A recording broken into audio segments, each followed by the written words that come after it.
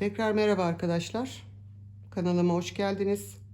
Evde kalan iplerle ördüğüm, dışarıdan hiç ip satın almadan evdeki ipleri değerlendirdiğim projeyle karşınızdayım. Proje iki parçadan oluşuyor. Bir tanesi kısa ve küçük beden bir hırka. Bir tanesi geniş, oldukça geniş ve uzun bir hırka.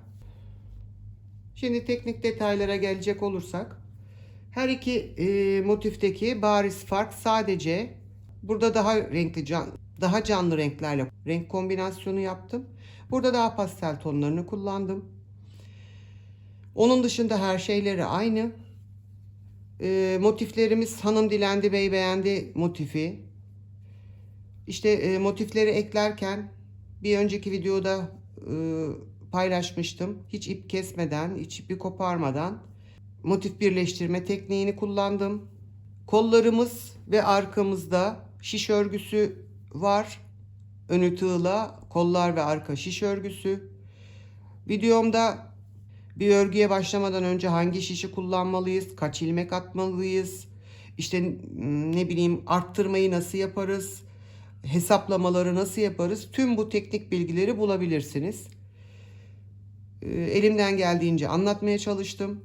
Eğer anlamadığınız bir yer olursa yorumlarda bana sorarsanız memnuniyetle cevaplarım. Şimdi hırkalarımızın ölçülerini de vermek istiyorum.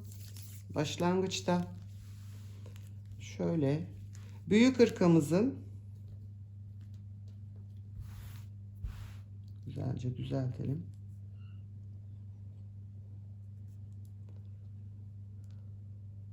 ...30 santim motif bölümü, toplam 33,5 santim ön genişliği.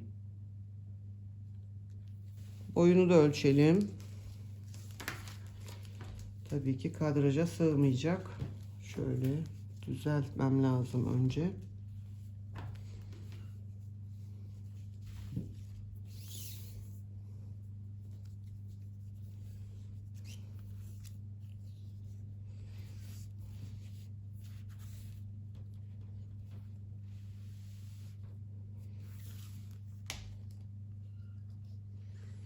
...99 santim, 100 santim diyebiliriz. Hatta 99,5 santimde boyu var.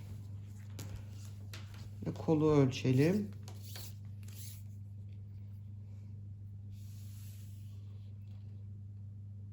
...46 santimde kolumuz var. Bu büyük beden için. Küçük hırkamıza ölçülerini verelim. Küçük hırkamıza gelirsek, ön genişliği şöyle 21 santim, motifi 24,5 santim ön genişliği. Arkayı da ölçelim.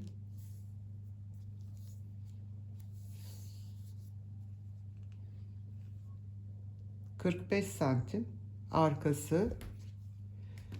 Boyunu ölçelim.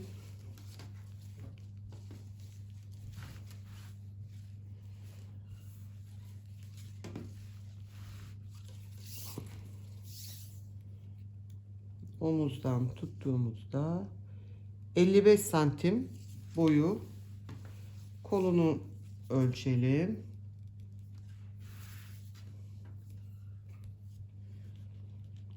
...40 santimde kolu. İşte bu 32 bedenden 36, hatta dar seviyorsa 38 beden bile kullanabileceği bir hırka oldu. Bunu isterseniz şöyle 3 motifte crop gibi ya da 4 motifte daha kısa da yapabilirsiniz. Tüm bunları size açıklıyorum videoda. Aynı şekilde bunda da isterseniz daha kısa tutup işte büyük beden ama kısa bir hırka yapabilirsiniz. Bu da 40-42 beden salaş olarak giyebilir. İşte 44, 46, hatta 48 bedene bile olabilecek büyüklükte oldu. Şimdilik söyleyeceklerim bu kadar. Hadi hepimize kolay gelsin. Başlayalım. Evet, önce malzemelerimizi tanıyalım. Bunları motifler için kullandım. 3,5 numara tığ örerek. Bunu yine ipleri gizlemek için kullandım. Daha küçük 2 milim bir tığ. Hepsi koton ip. Aynı cins olması ve aynı kalınlıkta olması dikkat edeceğimiz en önemli nokta. 40-50 gram civarı gitti her birinden. Bu da aralarda eklemek için kullandığım ip. Yine aynı koton ip, aynı kalınlıkta. Bundan 200 grama yakın gitti.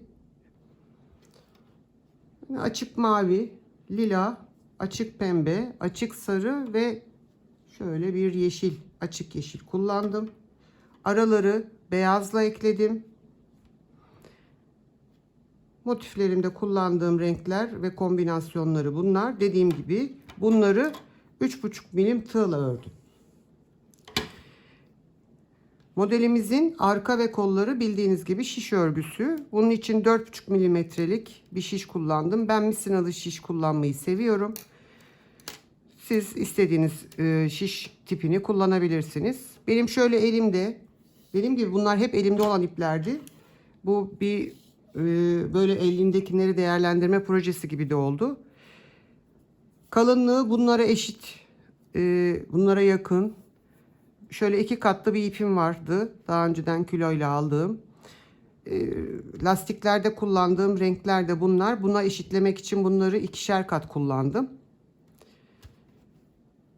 Makasımız var. Şimdilik söyleyebileceklerim bu kadar. Hadi başlayalım. Toplam 24 tane motif gerekiyor. Renk kombinasyonları nasıl yaptığımı da anlatayım. Sarı ana rengim. Mavi ile yeşili değiştirdim.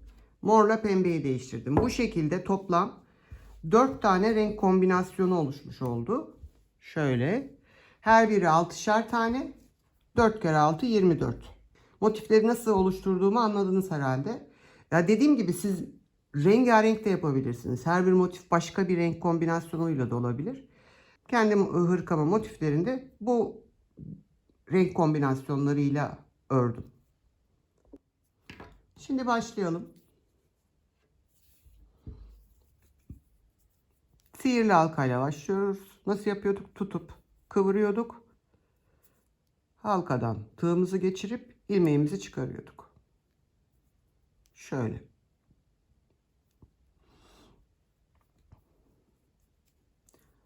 İpliğimizi kilitledik. 1, 2, 3, 4, 5 zincir çektim.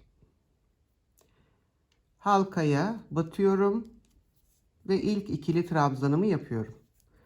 Hanım dilendi, bey beğendi örneğimiz yine. 3 tane ikili trabzan yaptım. Şöyle göstereyim. Önce göbeği yapıyoruz. 4 tane olacak göbekte. 3 zincir çekiyorum köşe için. Tekrar 3 tane ikili trabzan yapıyorum.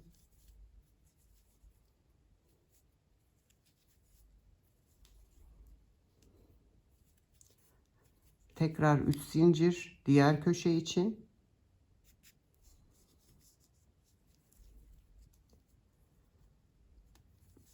Tekrar 3 tane ikili trabzan.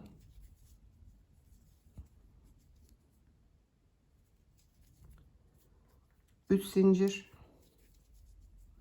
Şimdi burada bu ilk başlangıçta çektiğimiz 5 zincirimiz var. Bunun son 3. trabzan olarak değerlendireceğiz. O yüzden bunun yanına 2 tane ikili trabzan yapıyorum. Şöyle sihirli halkamı iyice sıkıştırıyorum.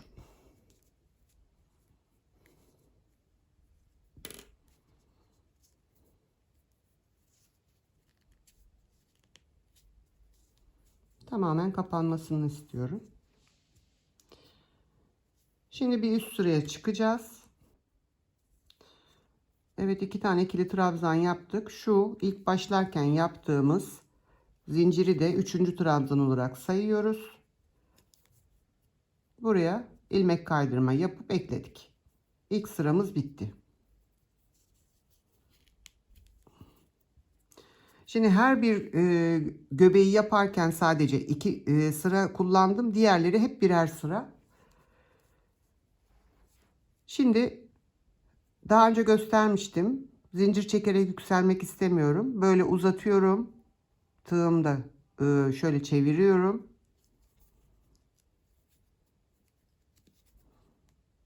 Trabzanımı yaptım. Tekrar göstereyim. Şöyle ilmeği uzattım. Bir kez çevirdim. Mutlaka elimle buradan şöyle düşünün. Bunu elimle tutuyorum. Şöyle çeviriyorum. Boşluğa batıp 2 2. Bu birinci trabzanımız. Şimdi buraya bunun yanına 2 tane daha yapacağım. 3 tane ikili trabzanımız oldu. 3 zincir çekiyorum. Tekrar aynı boşluğa 3 tane ikili trabzan yapıyorum.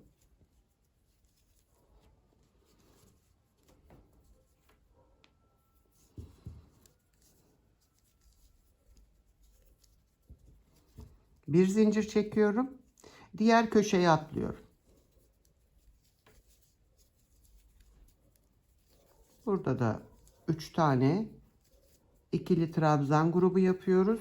Aynı zincirin boşluğuna arada 3 zincir çekerek. Köşemiz olmuş oluyor bunlar. Bir zincir çektim. Öbür köşeye atladım. Aynı şekilde 3 tane ikili trabzanımı yaptım. 3 zincir. Tekrar 3 tane ikili trabzan.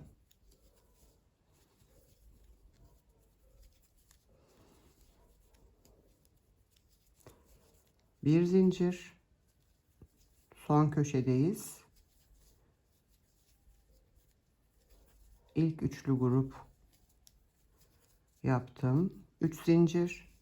İkinci üçlü grup.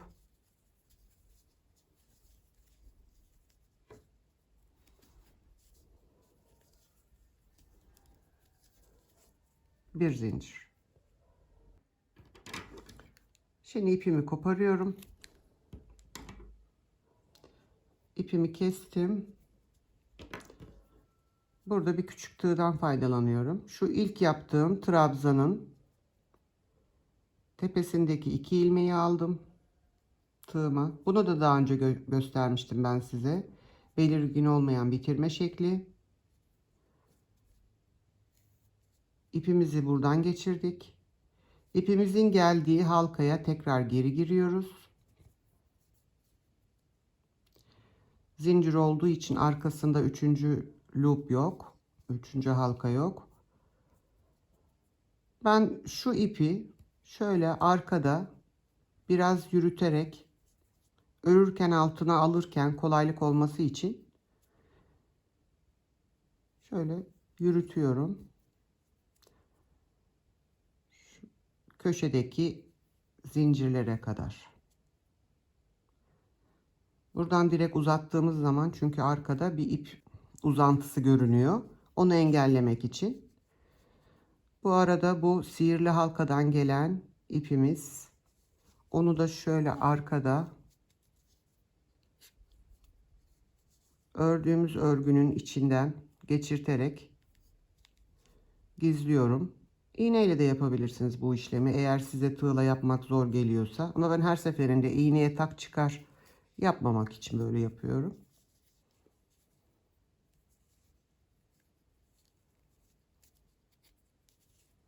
Evet, bu sihirli halkadan gelen ipimizdi. Onu şöyle gizledik ve fazlalığını kesiyoruz.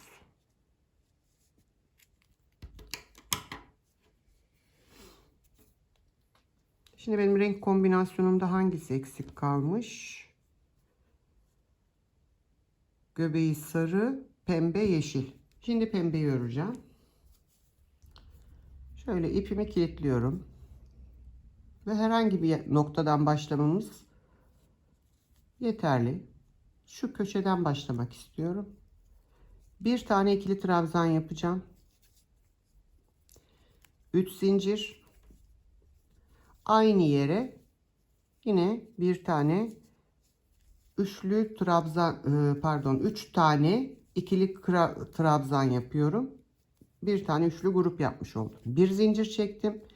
Aşağıda bir zincirlik bölüm vardı. Oraya 3 tane ikili trabzan,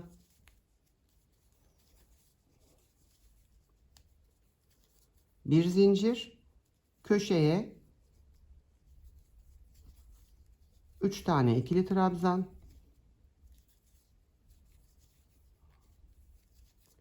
3 zincir, tekrar aynı yere 3 tane ikili trabzan, köşelerde yaptığımız.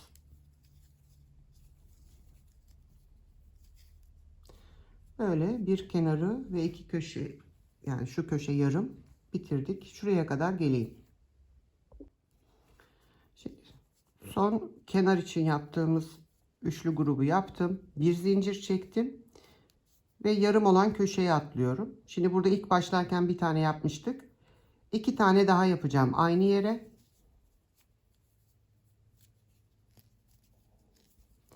Bir, bu da ikinci. Yine zincir çekmeden ipimi kesiyorum.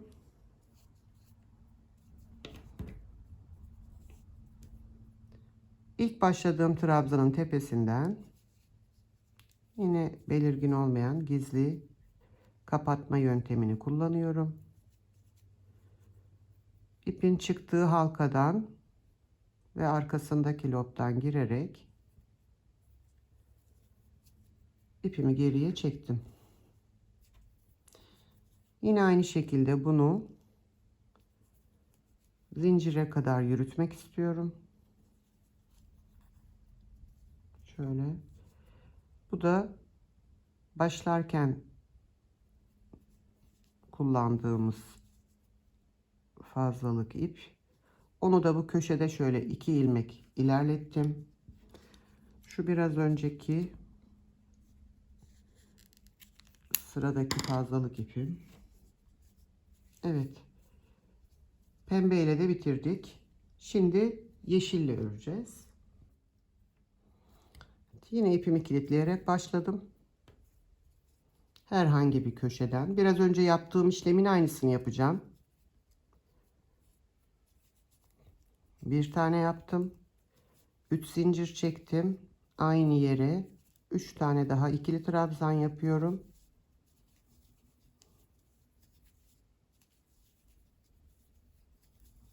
Bir zincir. Bir zincirlik bölümlere 3'er tane ikili trabzan.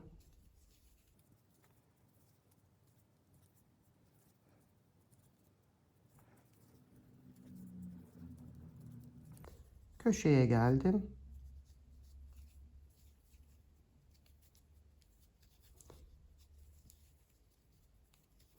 Üç tane ikili trabzanımı yaptım. Birinci grubumu. 3 zincir çektim. Şimdi ikinci grubumu yapıyorum.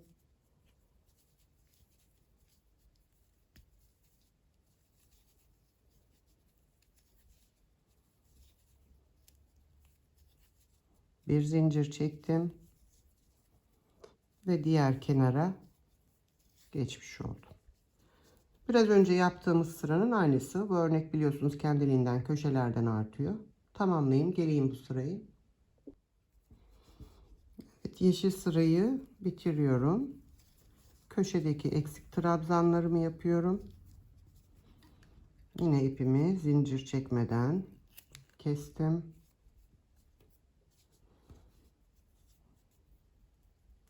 İlk trabzanın tepesindeki 2 ilmekten biten ipi, kestiğimiz ipi çektim.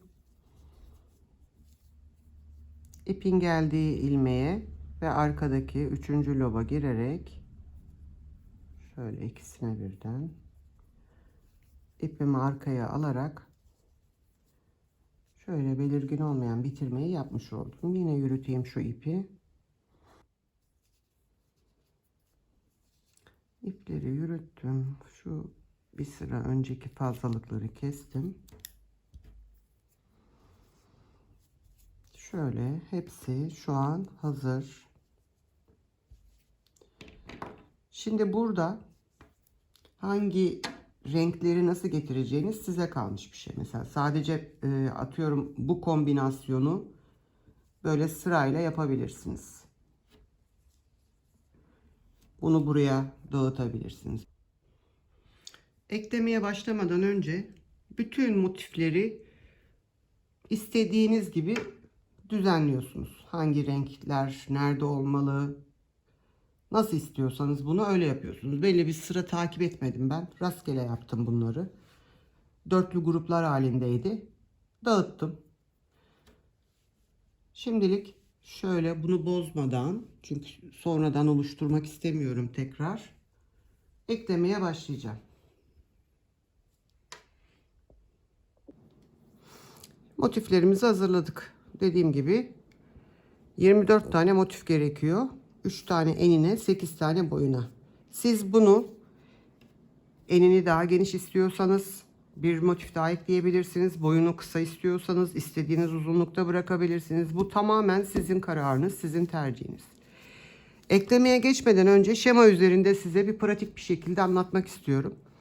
Bir önceki projemde de lacivert yeleğimde düz sıra halinde 6 tane motifin hiç ipi koparmadan eklemesini anlatmıştım zaten. Burada da yan yana 3 tane olan, yine uzun olan bir model var elimizde. Ama prensip aynı. Şimdi şuna birinci motif diyoruz. Şuradan başlıyoruz. İlk motifimizi iki kenarını boş örüyoruz. Şöyle. Dönüyoruz. İkinci motifimizi alıyoruz. Ve bu motifin bu kenarını örürken aynı anda birinci motifi ekliyoruz. Tekrar ikinci motifimizin iki kenarını boş örüyoruz. İşimizi döndürüp üçüncü motifi alıyoruz. Bu kenarı örürken ikinci motifi ekliyoruz. Üçüncü motifimizin bir ve iki kenarını da düz örerek yukarıya çıkıyoruz. Şimdi tekrar bu başa geleceğiz ve motifimizin birer kenarları örülmedi. Bunu bu başa kadar hiç ekleme yapmadan örüyoruz. Burada işimizi döndürüp dördüncü motifimizi alıyoruz. Dördüncü motifimizin bu kenarını örürken birinci motife ekleme yapıyoruz. Bu kenarını ekleme yapmadan düz çıkıyoruz. Beşinci motifimizi alıyoruz. Bu kenarı örürken dörde ekliyoruz. Dikkat, burası çok önemli. Köşe birleştirmesini yapıyoruz. Ve bu kenarı örürken de ikinci motifi ekliyoruz. Buraya lütfen dikkat edelim. Tekrar bunun bir kenarını boş çıkıyoruz.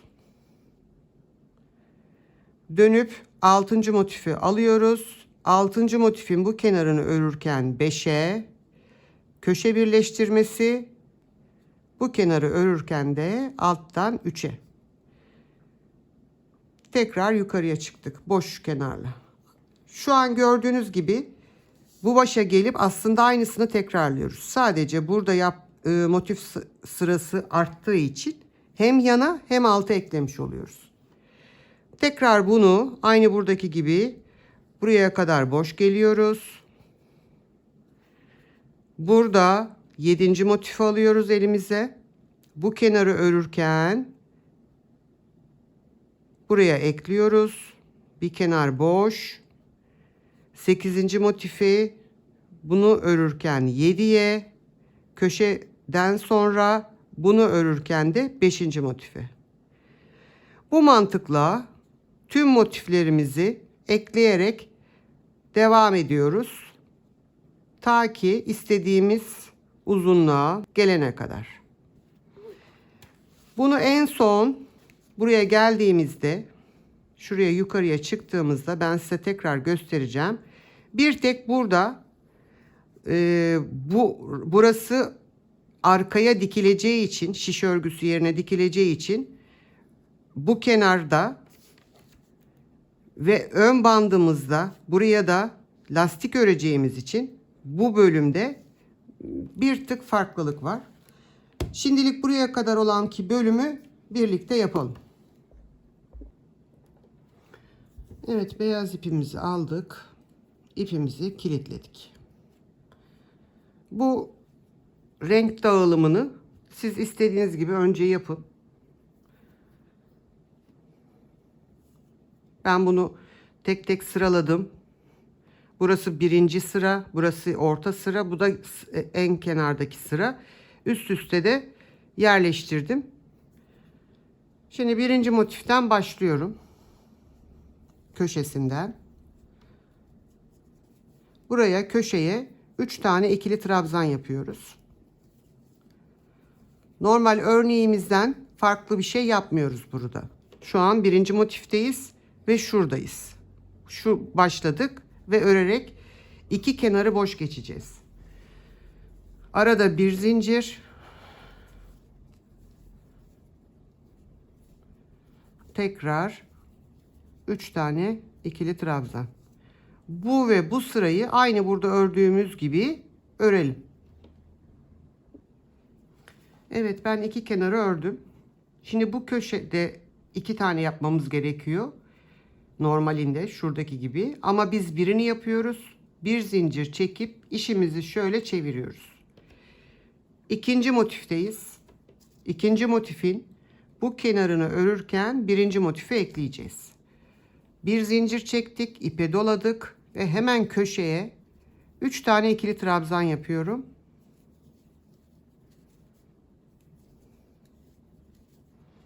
Bir zincir çekiyorum. Şöyle ters yüzleri birbirine bakacak şekilde tuttuğunuzda, şimdi buraya yapmam gerekiyor. Bundan önce şu bölüme, iki grubun arasında bir zincirlik çektiğimiz bölüme ilmek kaydırma yapıyorum. Yine bir zincir çekiyorum. Ve diğer grubumu yapıyorum. 3 tane ikili trabzan. Bir zincir, ilmek kaydırma, bir zincir. Tekrar ikinci motifteki kenarda yapmam gereken 3 tane ikili trabzanımı yapıyorum. Bir zincir, ilmek kaydırma, bir zincir, 3 tane ikili trabzan. Bu şekilde kenarı örüyoruz.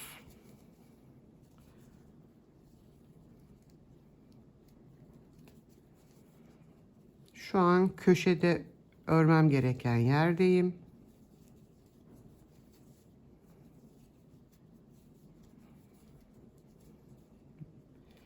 Köşedeki 3 zincirlik bölüme ilmek kaydırma.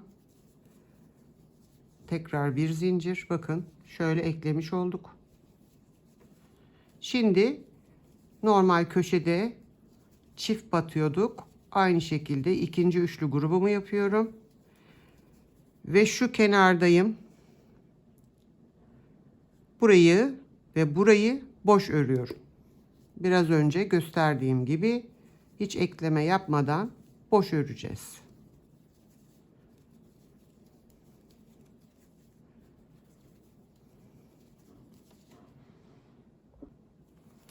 Evet, ikinci motifin iki boş kenarını da ördüm.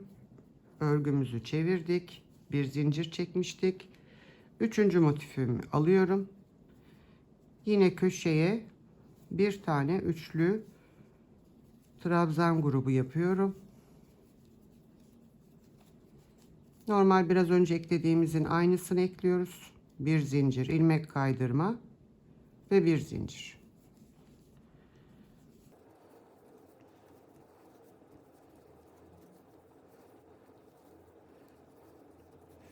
Şöyle birinci sıramız tamamlanmak üzere. Şimdi bunu ekliyorum. Bunu ve bunu boş geçiyorum.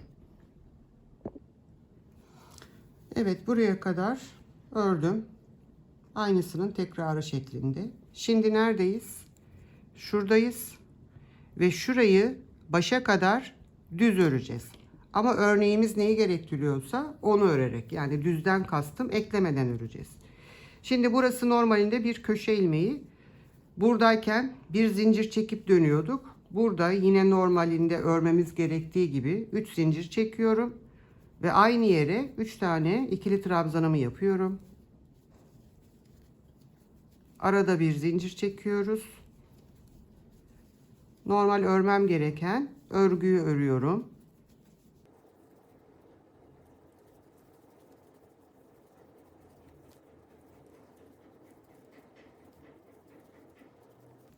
Şimdi yine bu köşedeyim. Bir tane yapmıştık eklerken kullandığımız ilk grup. Buraya bir tane daha yapıyorum. Örneğimizde köşelerde ikişer tane vardı. İkişer grup vardı. Şimdi bunu 3 zincir çekip buraya devam etmesi gerekiyorken 2 zincir çekiyorum. Şu dönerken bir zincir çekerek yaptığımız bölüme ilmek kaydırma yapıyorum. Tekrar 2 zincir çekiyorum ve ikinci motife geçtim. Yine bu köşede 2 grup olması gerekiyor. Birinciyi biraz önce örmüştük. Bu ikincisi. Şöyle göstereyim. Örneği tamamlamış oluyoruz. Burada da aynı işlemleri yaparak sıra sonuna kadar geliyoruz. Şu 2 tane motifin birleşme yerini tekrar göstereyim.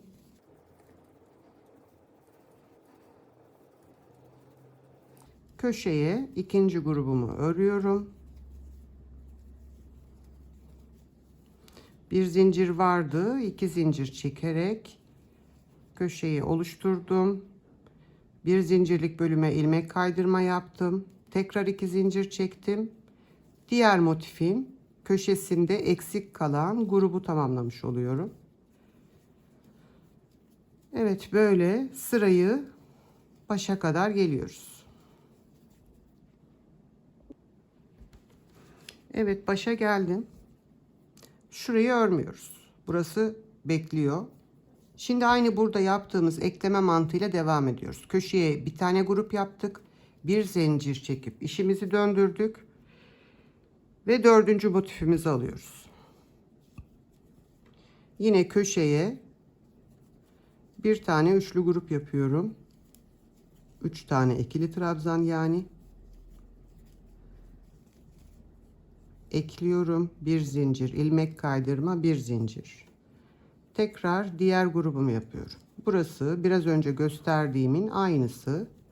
Şu an 4. motifle 1. motifi birer kenarlarını eklemiş oluyoruz. Şuradayız. Şurayı ekleyerek buraya kadar geliyoruz. Evet, köşeye de ilk grubumuzu yapıyorum. Bir zincir çekiyorum. Lütfen buraya dikkat edelim. Biraz önce eklediğimiz yer vardı. Karşılıklı. Şurası.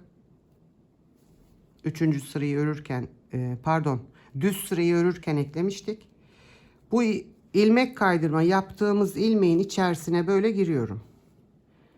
İlmeğimi çıkarıp ilmek kaydırma yapıyorum. Şöyle 2 zincir çekiyorum ve bu köşedeki yapmam gereken diğer üçlü grubu yapıyorum. 3 tane ikili trabzanımı örüyorum. Bir zincir çekiyorum. Şimdi biraz önce işimizi böyle eklemiştik. Ve buradayız. 4. motifteyiz. Yukarıya bunu boş çıkıyoruz. Şurayı eklemeden normal diğer motiflerde yaptığımız kenar gibi eklemeden yukarıya geliyorum.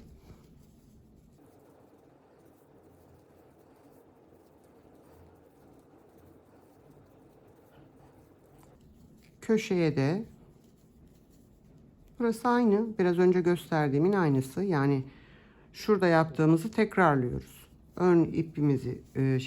Örgümüzü çevirdik. Beşinci motifimizi aldık. Köşeye üçlü grubumuzu yapıyoruz.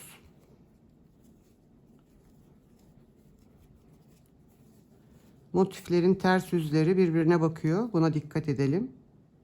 Şöyle tutarak eklerseniz karıştırmazsınız. Şimdi şuraya kadar gelelim. Evet, köşeye geldim. Şöyle göstereyim size. Şurayı yaptık.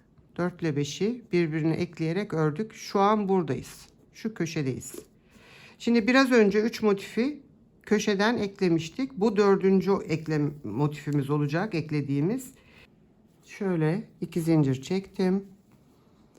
İlmek kaydırma yaptığımız bölüme tekrar bir ilmek kaydırma yapıyorum. 2 zincir çekiyorum. Lütfen buraya dikkat edelim. Şimdi burayla işimiz bitti. Burayla bu. Yani 5 ile ikinci motif. 5. motifin şu kenarını örürken ikinci motife eklemek. Biraz önce böyle tutarak ekleme yapmıştık hiç karıştırmadan. Şimdi yapacağımız işlem de aynı.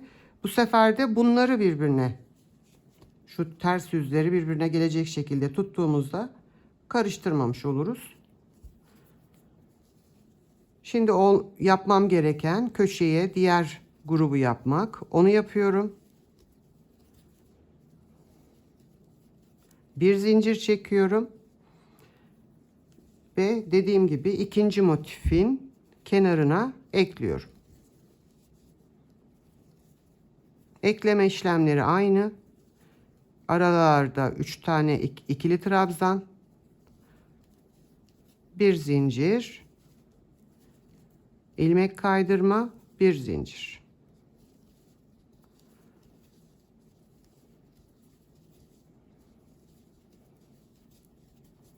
Tekrar ekliyorum.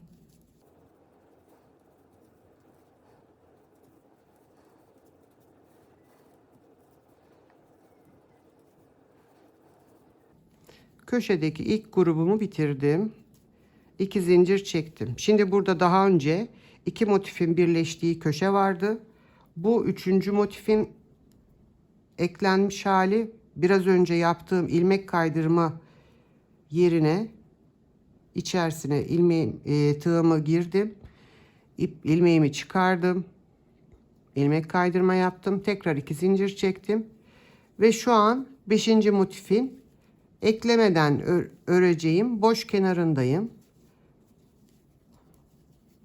Bu kenarı başa kadar boş olarak örüyoruz. Evet, 5. motifin de boş kenarını ördüm. Bir zincir çektim. İşimi çevirdim. 6. motifi aldım. Aynı eklemede yaptıklarımızın aynısını yapıyoruz.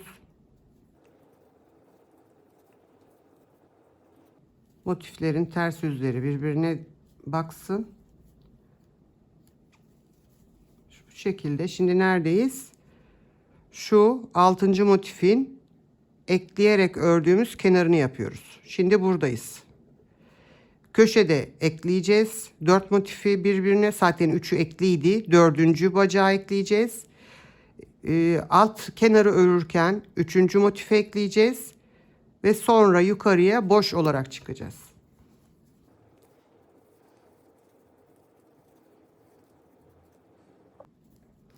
Köşeye geldim. 2 zincir çektim. Burada ne var? 3 motifin birleştirdiğimiz yer var. İlmek kaydırma yaptığım yere tığımı girdim. İpliğimi çıkardım. İlmek kaydırdım. Tekrar 2 zincir çektim. 5 ile 6'yı eklemek bitti. Şimdi 6 ile 3'ü ekleyeceğim. Bu 2 motifi ters yüzleri birbirine bakacak şekilde tuttum. Örmem gereken nereye üçlü grup yapmam gerekiyordu. Şu an köşeye onu yaptım. 3. motifi ekledim. Yeni olan 6. motifin kenarını örüyorum ve örürken de ekliyorum.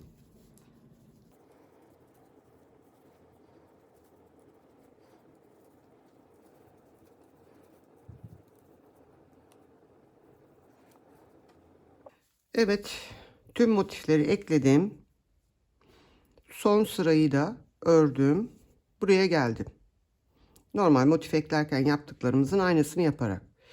Şimdi burada şu sıra tamamlanmış sıra.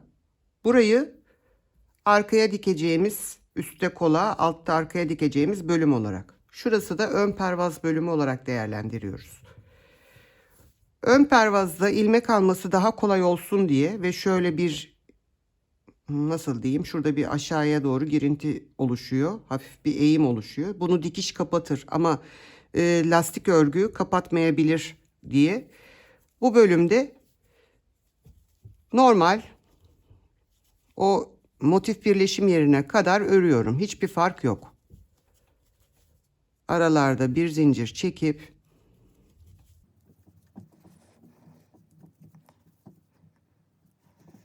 evet, üçer tane ikili trabzanlarımı yapıp ek yerine geliyorum. İki motifi birleştirdiğimiz yere.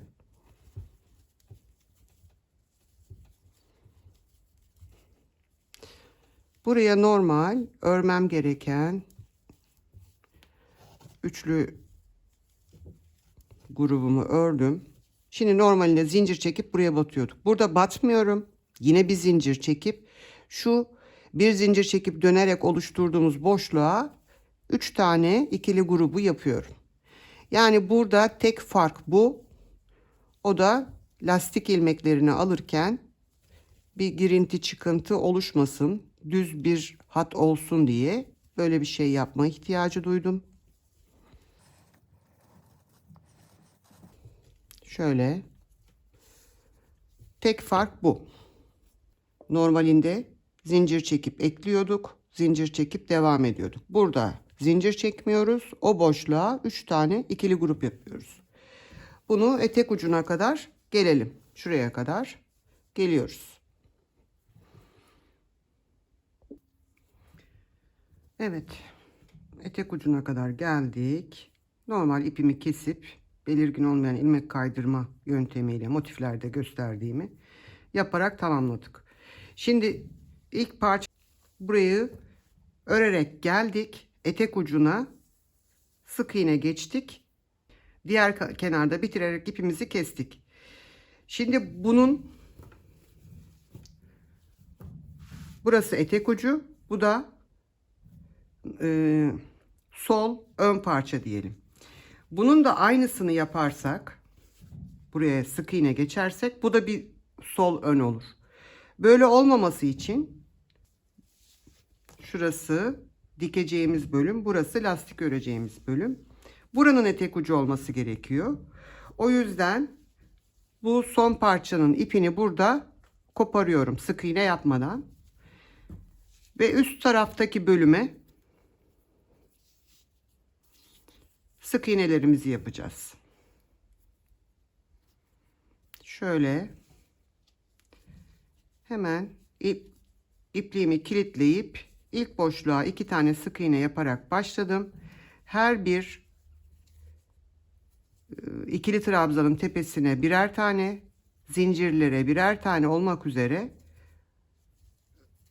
kenara kadar, köşeye dönüşe kadar sık iğnelerimizi yaparak devam edeceğiz.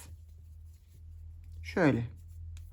Şimdi de sağ ön parçayı yapmış oluyoruz. Şu ek yerlerini de bir tane zincire, bir tane ek yerine, bir tane zincire. Yani burası da 3 tane yapmış oluyoruz. Bunlar zaten 3'er tane.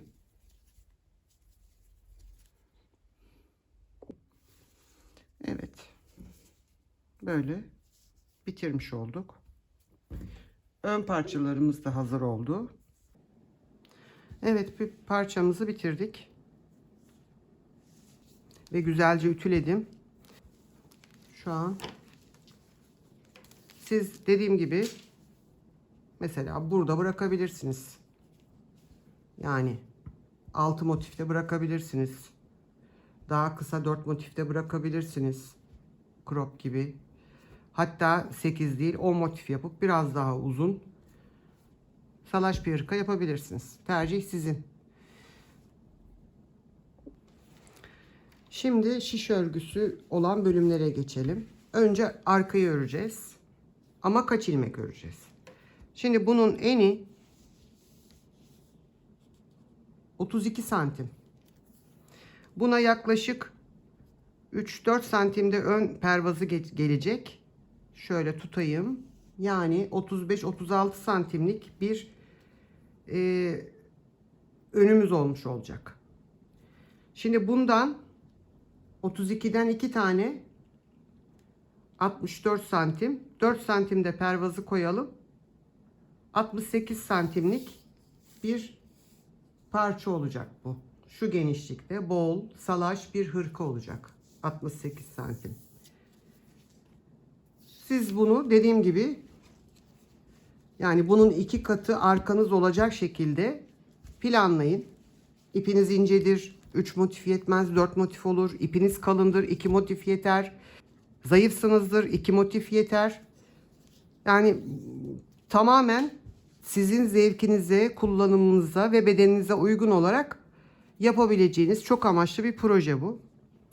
Şimdi nasıl yapacağım? Kaç ilmek atacağımı nasıl ayarlayacağım? Şöyle ipimi tutuyordum. Şuradan. Önce 10 ilmek atacağım. 1, 2, 3, 4, 5, 6, 7, 8, 9, 10. Şuradan itibaren 10 ilmek gidiyor. Bunun katını olarak daha sonra katlarız. Şimdi bize 10 ilmek lazım. Şöyle önce bir ilmek oluşturuyorum. Şişimi geçirdim. Bu yumaktan gelen ip işaret parmağımızda, bıraktığımız kuyruk diyeyim ipimiz baş parmağımızda. Şöyle yaptığımızda şurada bir üçgen oluşturuyoruz. Buradan girip bu ilmeği içinden çıkarıyoruz. İpi baş parmaktan bıraktık. Birinci ilmeğimiz, bunu bir sayarsak bu da ikinci ilmeğimiz oldu. Tekrar yumaktan gelen ipi işaret parmağıma, kuyruk olan ipi baş parmağıma böyle doladım. Yani şöyle araya girmiş oldum. Şu ipi şu iki parmağımla girdim. Şöyle ipi çevirdiğimde şurada oluşan bir halka var. O halkada, yani şu tuttuğum ipin kuyruk ipin bölümünden giriyorum. İşaret parmağımdaki ipi doluyorum. Şişimi çıkardım, ilmeğimi. Baş parmağımdaki ipi bırakıyorum ve asılıyorum. Tekrar şuraya parmaklarımı girdim.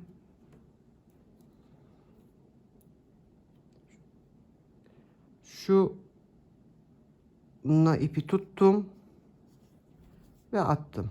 4, 5, 6, 7, 8, 9, 10. 10 ilmeğimizi attık.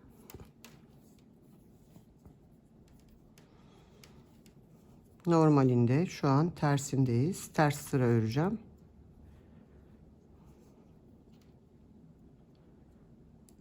Şu ilk ilmek ördükten sonra şöyle bir sıkıştıralım.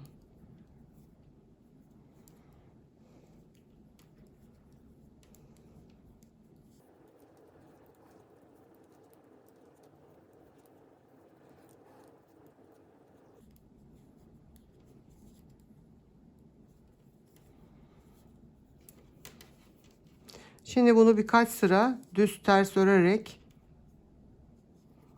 biraz ilerletip geleyim. Şimdi kılavuz örgümüzü ördük. 10 ilmek, 10 sıra. Bunu istiyorsanız 20 ilmek örebilirsiniz. Mesela ince iplik olduğunda 20 ilmek ve 20 sıra örüyorum ben. Bu ip için kalın bir ip. Çift katlı. O yüzden bunu 10 ilmek 10 sıra yapmam yeterli geldi. Şimdi arkayı kaç ilmek yapacağım? En önemli soru. Bunu en pratik yolu bu. Üzerinizde olan, böyle bir şey yok.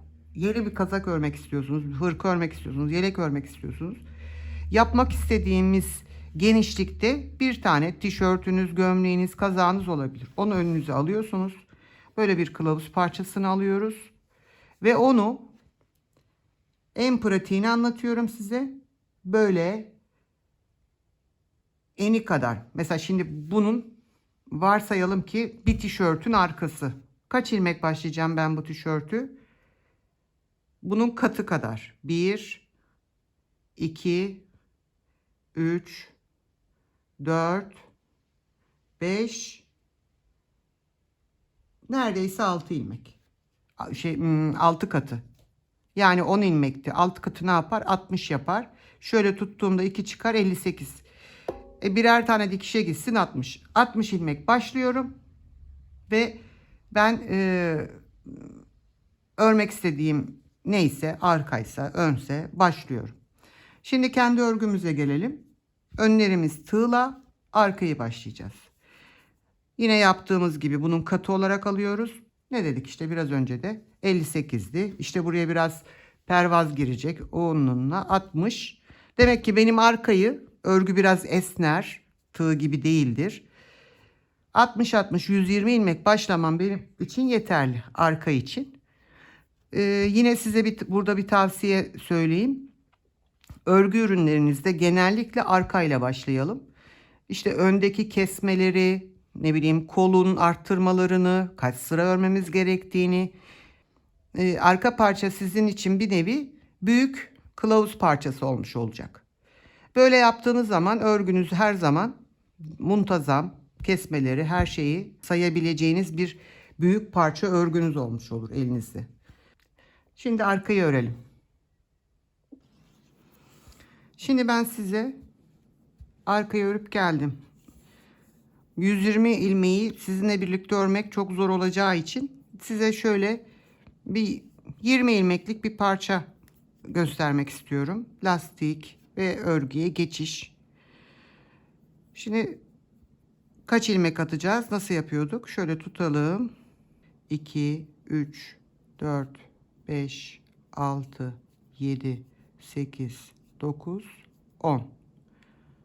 Şu kadar ilmek, şu kadar, bu ip bize 10 ilmek arttıracak. Ben şöyle 20 ilmek istiyorum. Biraz da fazlalık. Şöyle bir tane halka yaparak ilk sabitliyorum ipimi. Nasıl atıyorduk ilmekleri hatırlayalım mı? Bu başlangıçta bıraktığımız uzun ip, bu da normal örgü ipimiz. Bu ikisini böyle V oluşturup parmaklarımızı ikisinin arasından içeriye giriyoruz. Parmaklarımı bu V'nin içinden giriyorum.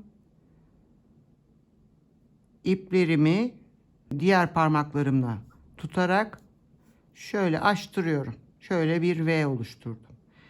Çevirdiğim anda şuradaki bölümden şöyle olduğunda şurada bir yuvarlak oluşuyor. Buradan giriyorum. Diğer parmağımdaki ipi bu ilmeğin içinden çıkarıyorum. Baş parmağımdaki ipi salıp bununla da sıkıştırıyorum.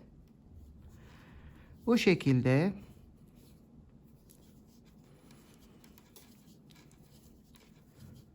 on, 2, 4, 6, 8, 10, 11, 12, 13, 14, 15, 16, 17, 18, 19, 20 ilmek attık.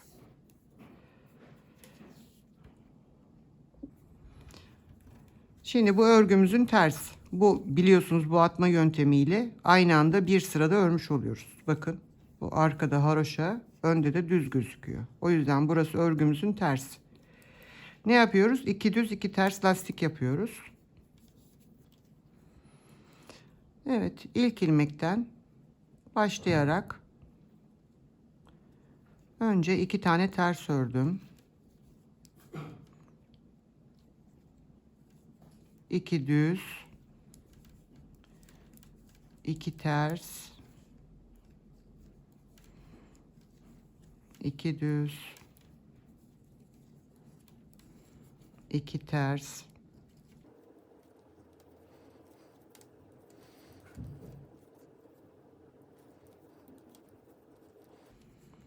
evet, 2 düzle ilmeklerimizi bitirdik. Şişimizi boşalttık yani. Şimdi örgümüzü çevirdik. Gördüğümüz gibi tersi ters, düzü düz öreceğiz. Ters örgü görünüyor. Ters örüyorum. Düz görünüyor. Düz örüyorum.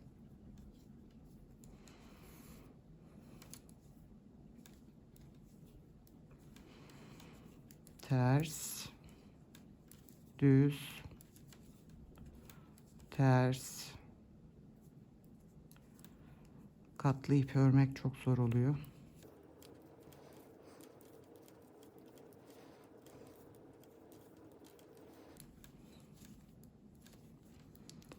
Sıramızı bitirdik.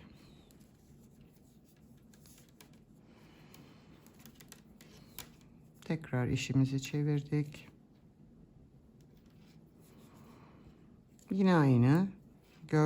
İlmekleri ilk ilmeği örmeden aldım. Diğer ilmekleri gördüğümüz gibi örüyoruz. Düzleri düz, tersleri ters.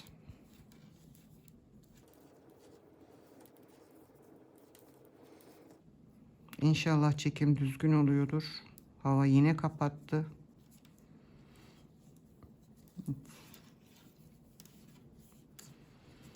Şu an ilmek atma sırasını saymazsak 3 sıra ördük. 4. sıraya başlıyorum.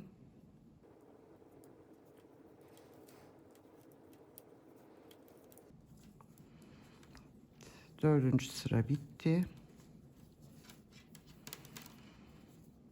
Beyazla son sıra, tersten 5. sıramızı örüyoruz yani. Örgünün tersi burası. Yine aynı. 2 düz 2 ters.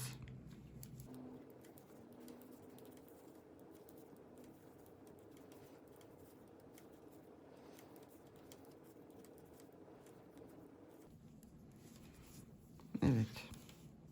5 tane şuradaki 1 2 3 4 5. sıra 5 sıramızı ördük. Şimdi mavi ipimizi alıyoruz. İplik ilmekte bollaşmasın diye şişte şöyle bir basit bir düğüm atıyorum. Dikiş yaparken bu düğümleri çözüyorum ben.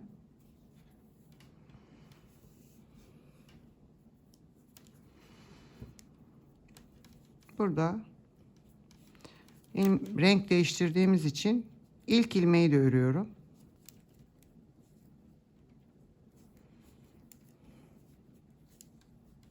Şöyle 2 ters 2 düz 2 ters 2 düz.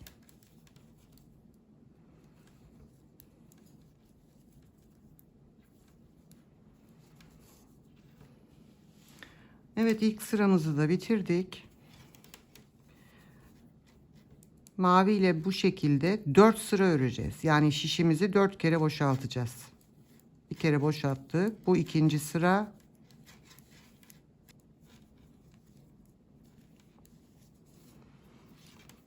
Mavi ile 3. sırayı örüyorum.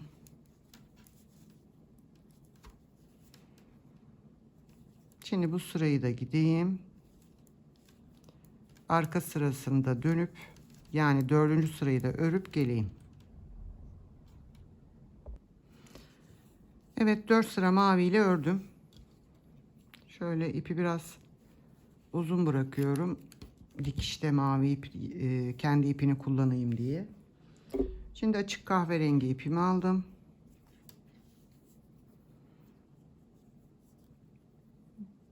Yine basit bir düğüm atıyorum.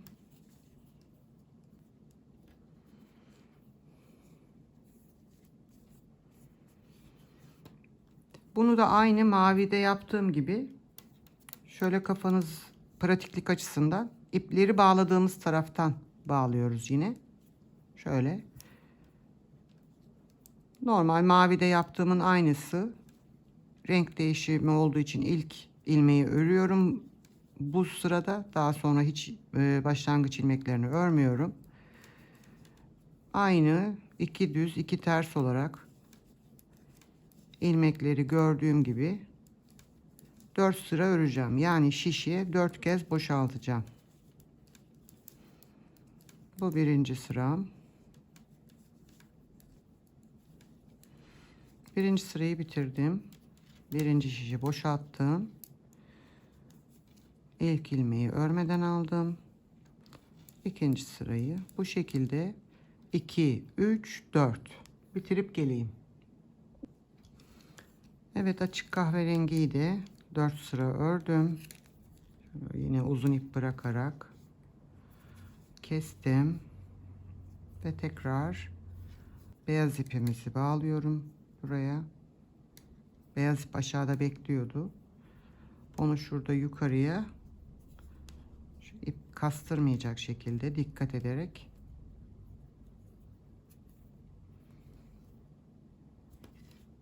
şöyle bağladım.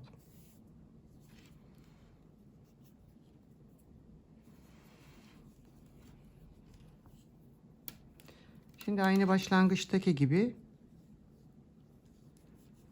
beyaza geçmiş olduk. Aynı işlemleri tekrar ediyorum. Düzü düz, tersi ters. Birinci sırayı ördüm. Bunu da 4 sıra örüp geleyim. Evet, 4 sıra beyazı ördüm. Artık düze geçiyorum. Şimdi eğer ben kolda hemen burada arttırdım ama arka düz örüldü. Yani ilmek lastik sayısı kaçsa aynı şekilde düz devam ettim. 120 ilmek başladım. 120 ilmek düz ördüm. Burada 20 ilmek başladık. 20 ilmeği düz öreceğim. İlk ilmeğimi örmeden aldım. Ve gördüğüm bütün ilmekleri düz örüyorum. Örneğin düz tarafındayız. Düz örüyorum. Siz bu beyazı aynı alttaki gibi 5-6 sırada yapabilirsiniz.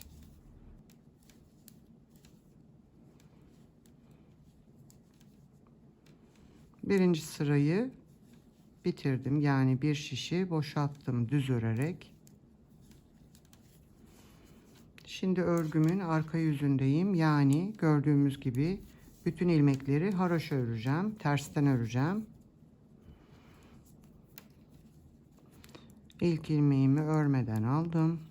İkinci ilmekten başlayarak hepsini ters örüyorum. Yani iplik ön tarafta.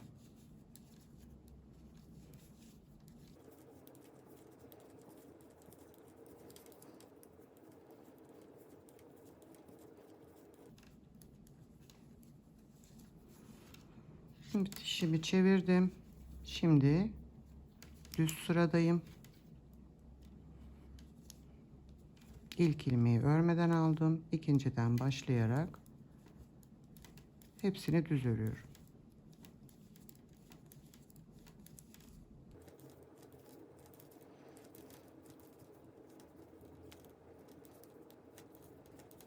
Bu şekilde aynı lastik sayısının üzerindeki işçi ilmek arttırma eksiltme yapmadan önde ördüğümüz parçaların uzunluğuna gelene kadar dümdüz örüyoruz. Eğer anlamadığınız bir yer olursa yorumlarda yazın. Ben cevaplarım. Ben arka parçayı ördüm. 120 ilmek. Bakın. Şöyle ikiye katlayarak göstereyim. Kadraja sığmıyor çünkü başka türlü. Şöyle yan yana kenarlarını denk getirelim.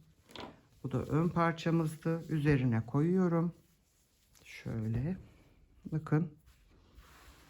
Şu bölümde lastiği öreceğiz. Önün lastikleri pervazına gitmiş olacak. Bu ideal ölçüyü kavuştuk. Şimdi boyunu ne kadar öreceğiz? Boyuna gelecek olursak Şöyle ikisini de doğal haliyle bırakacağız. Yani bunu esnetip bunu esnetmenin bir şeyi yok. İkisi de böyle doğal haliyle kalsın. Ve bunu şöyle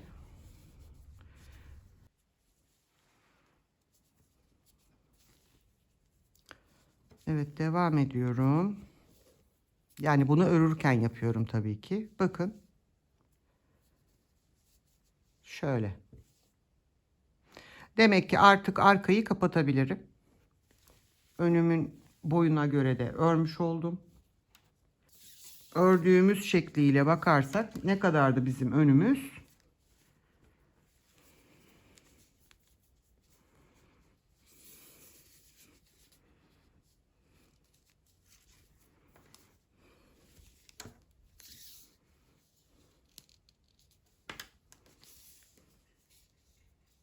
Bir metre. 1 metrelik bir parçamız var. Demek ki arkamızda 1 metre olmuştur. Karşılıklı ölçtüğümüz için birebir. Şimdi kol öreceğiz. Kolumuzu nasıl öreceğiz? Dedim ya, bu arka bizim için artık büyük kılavuz parçası oldu. Arkayı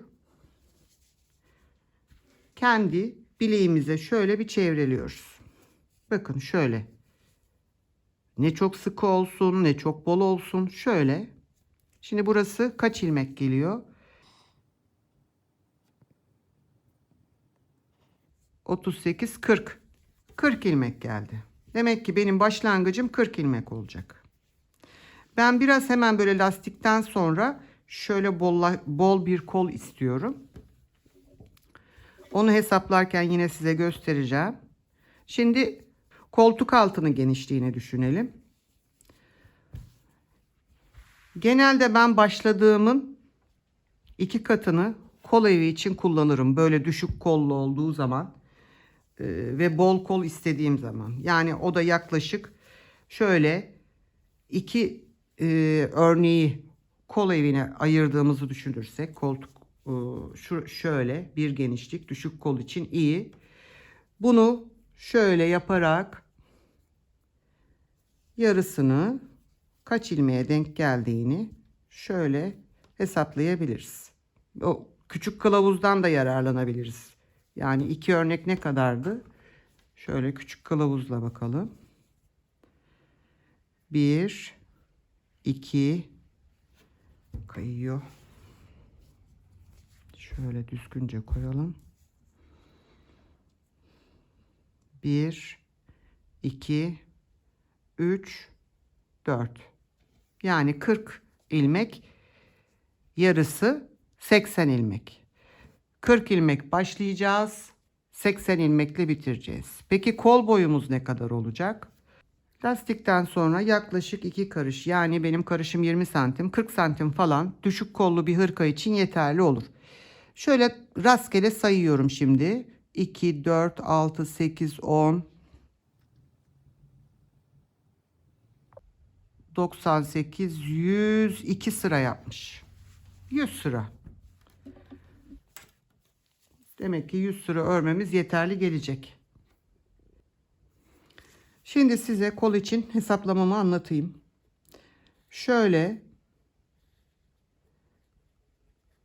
40 ilmek lastik örerek başlayacağım. Şöyle rastgele çiziyorum şimdi, hiçbir ölçü kullanmadan. Takma kol olacağı için dümdüz bitecek. Bitişimize ne dedik? 80 ilmek dedik. Ben hemen şuradan bollaşmasını istiyorum. Lastikten hemen sonra arttırma yapacağım. Şimdi 100 sıra öreceğiz. Kenarlardan da yavaş yavaş arttıracağız. 10'ar tane arttırdığımızı düşünürsek 10 buradan 10 buradan 20 ilmek. Bitiş ilmeğimiz 80 ilmek. 20 ilmeğimiz 10 artı 10 kenarlarda arttırdığımız, ne kalıyor geriye? 60 ilmek. Peki biz kaç ilmek başladık? 40 ilmeğimiz başlangıç ilmek sayımız. Bunu çıkardığımızda 20 ilmek lastik sonrası hemen arttırma ilmeğimiz. Arttıracağımız ilmek sayısı 20 ilmek. Yani 40 ile başladım. Hemen burada başlangıç sıramı 60'a çıkarıyorum. Ve kenarlardan onar onar arttırmış olacağım. Şimdi hemen kenarlardan hemen lastikten sonra arttırıp 60'a çıkardığımız için burası 100 sıra. Ona böldüğümüzde 100 sırayı ona böldüğümüzde 10 sırada bir arttırma yapacağız. Şimdi hemen buradan arttırdığım için şurada benim normalinde bir arttırma yapmam lazım. Şurada arttırma olmasaydı hemen burada ilk arttırmamı yapıp işte 10 sıra örüp 11. sırada yine bir tane arttırma, yine 10 sıra örüp 21. sırada bir tane arttırma şeklinde devam etmem gerekiyordu. Ben hemen burada arttırdığım için birinci arttırmayı burada yapmıyorum. 11. sırada yapıyorum. O zaman ne oluyor? Burayı 10 eşit parçaya böldüğümüzde 9 tane arttırmamız çıkıyor. 9 kez bir ilmek arttıracağız yanlarda.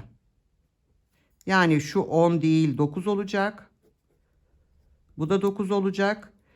10 20 demiştik şurada. Bu sayıda 9 artı 9 18 olacak. Yani benim bitiş ilmeğim 80 değil 78 ilmek olacak. Bu da çok fark edecek bir şey değil. Yani bir ilmek eksik, 2 ilmek atıyorum 82 olur. Siz burasını 60 değil de 62 yapın 80 olur. Ya da hemen başlangıçta arttırın. Bu benim size hesaplamada kullandığım mantık. Bunu bu şekilde baştan yaparsanız örgünüzü hiç sorunsuz bir şekilde örürsünüz. Yok şurada arttırdım, burada kestim, oldu mu olmadı mı? Atıyorum bu 100 sıra size yetmez de yeni bir kol örüyoruz. Şöyle 110 sıra örürsünüz. Bu sefer yine 10 tane arttırmış olursunuz kenarlarda. İşte 10 sırada bir değil de 8 sırada bir arttırırsınız. İşte 100'ü 8'e böldüğünüzde 12,5 gibi bir sayı çıkar. Yani 12 ilmek ya da 13 ilmek arttırabilirsiniz demek. Bunlar sizin dediğim gibi kılavuz parçasıyla ne yaptık? Önce birinci kuralımız kılavuz parçamızla arka sayımızı belirledik. Arkayı ördük. Sonra kol için ne yaptık? Arkayı kılavuz olarak kullandık. Kaç ilmek ve kaç sıra öreceğimizi hesapladık. Böyle hesap yaparsak kolumuz düzgün bir şekilde ilerler. Muntazam bir kol elde etmiş oluruz. Başlangıçta size zor bile gelse, karışık bile gelse bu hesaplamaya alıştığınız zaman örgüleriniz çok güzel oturacaktır. Yani bu kılavuz parçasıyla kılavuz örgüsünü mutlaka örün. En çok sorulan soru hangi şiş ve kaç ilmek? Şimdi ben bunu bilemem. Sizin eliniz sıkı mı, gevşek mi? Örneğiniz topluyor mu, açıyor mu? Yani mesela bir haroşa düz ördüğünüz örgüyle bunu düz ördüğünüzü varsayın. Bu kılavuz parçasını da haroşa ördüğünüzü varsayın. Yazım çok kötü. Maalesef. Bu biraz daha geniş olacaktır. O yüzden işte Selanik ördüğünüzü varsayın. Ya da ajurlu, delikli bir örneğiniz var. Örneği hangisiyle öreceksiniz? Örneğiniz neyse onunla ipiniz kalınsa 10 ilmek yeterli. 10 ilmek 10 sıra. İpiniz ince ise 20 ilmek 20 sıra. Neden böyle yuvarlak sayılar veriyorum? Hani böyle enine ölçüyoruz ya katı olarak yaptığımız için. İşte 5 katı 50 ilmek, 5 katı 100 ilmek. Kolay olsun diye benim kullandığım pratik yöntem, yıllardan beri kullandığım yöntem bu. Ne öreceksem ben bu hesapla giderim. Önce ipimi alırım. Sonra denerim. Mesela şimdi bu ilmek sayısı için. Hangi şişi örmek istiyorum? Önce diyelim ki bana göre şeylerin arkasında genelde şiş numaraları yazar. Mesela şu etiketin arkasında şurada ne yazmış? Şiş işareti var ve 3-4 yazmış.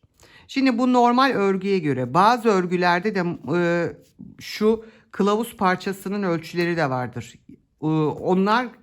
Onların ölçüleri genellikle 10 santim içindir. 10 santim işte der ki, atıyorum 18 ilmek, işte 22 sıra ördüğünüz zaman 10 santime 10 santim bir kare elde edersiniz. Bunlar bazen bu etiketlerin arkasında yazıyor. Bu normal örgüyle belirtilen şiş numarası ile örüldüğünde diye. Şimdi o şiş numarasıyla herkesin örgüsü bir değil. Dediğim gibi elleriniz sıkı olabilir, gevşek olabilir.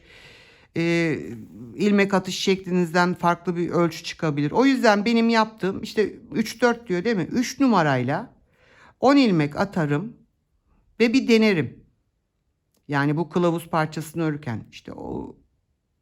Sonra üzerine 3,5'la denerim. 4'le denerim. 5'le denerim. Örneğin delikli mi olmasını istiyorum. Bunu 2,5'la da başlayabilirsiniz. Baktığım zaman örgüde hangisi hoşuma gidiyor? İşte haroşa ördüğünüzde genellikle çok fazla büyük şiş kullanmanızı önermem. Haroşa örgünün araları açık açık olur. Daha küçük numarayla haroşa daha düzgün oluyor. İşte bizim örneğimizde burada ne var? Düz örüyoruz. Düz öreceğim. Aldım elime.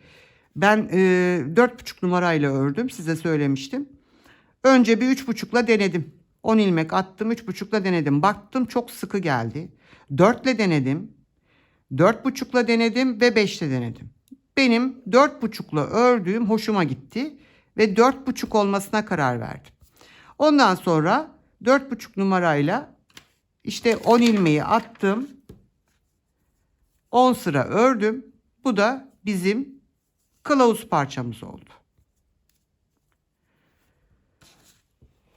Bu örgülerde kullandığım yöntem her zaman benim bu. Biraz uzun oldu. Kafanızı karıştırmış olabilirim. Yorumlarda yazın, ben size severek dönüş yaparım.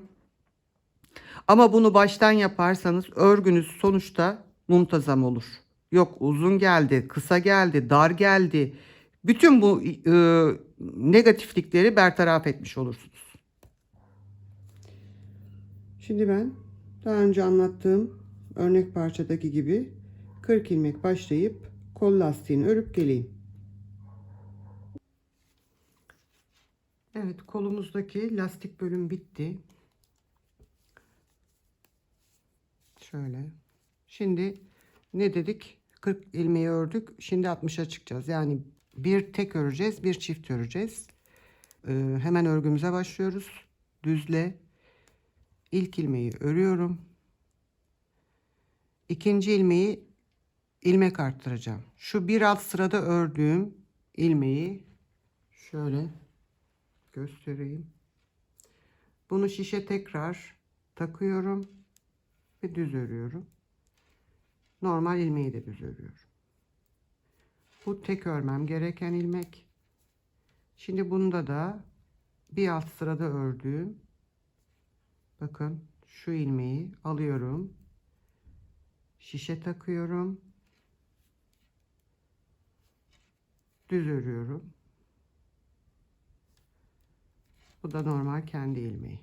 Böylelikle bu bir ilmekten 2 ilmek örmüş oluyoruz. Bu tek düz örmemiz gereken ilmek. Tekrar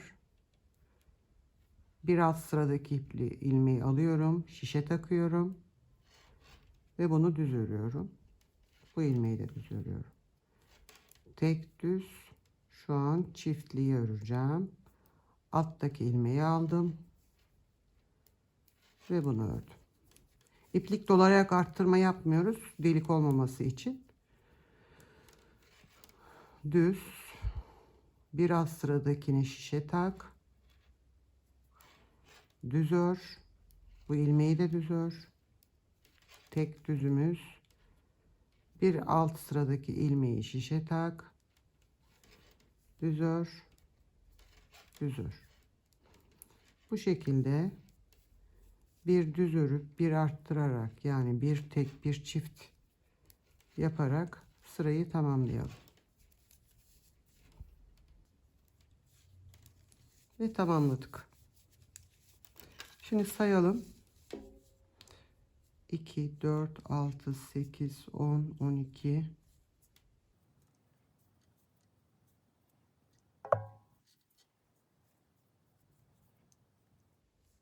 56, 58, 60 ilmek. Şimdi 10 sıra, yani şu haroşa sıralarını sayarak daha rahat edersiniz. Şöyle 2, 4, 6, 8, 10. 10 sıra düz örüyoruz. 10 sıra bittikten sonra 11. sırayı örürken yanlardan birer tane arttırma yapacağım. Şimdi ben 10 sırayı örüp geleyim. 2, 4, 6, 8, 10. Arkadaki haroşa sıralarını sayarak daha kolay ilerliyor. Şimdi ben 10 sırayı ördüm. Yanlardan birer tane arttırma yapacağız şimdi. Şimdi şu ilk ilmeği 2 kez öreceğiz. Buradan da arttırma yapabilirsiniz ama dikiş esnasında görüntü güzel olmuyor. O yüzden ben bu tür arttırmaları ilk ilmekle yapıyorum. Bu ilmeği 2 kez öreceğiz. Önce şu telinden örüyorum. Bir tane de arka telinden örüyorum. Şöyle.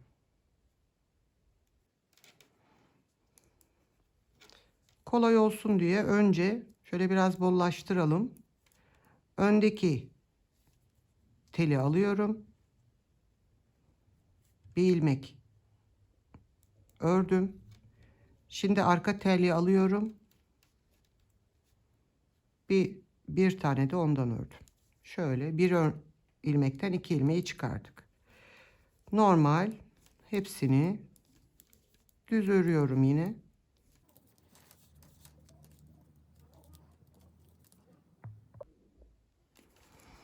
Evet, sıra sonuna geldim.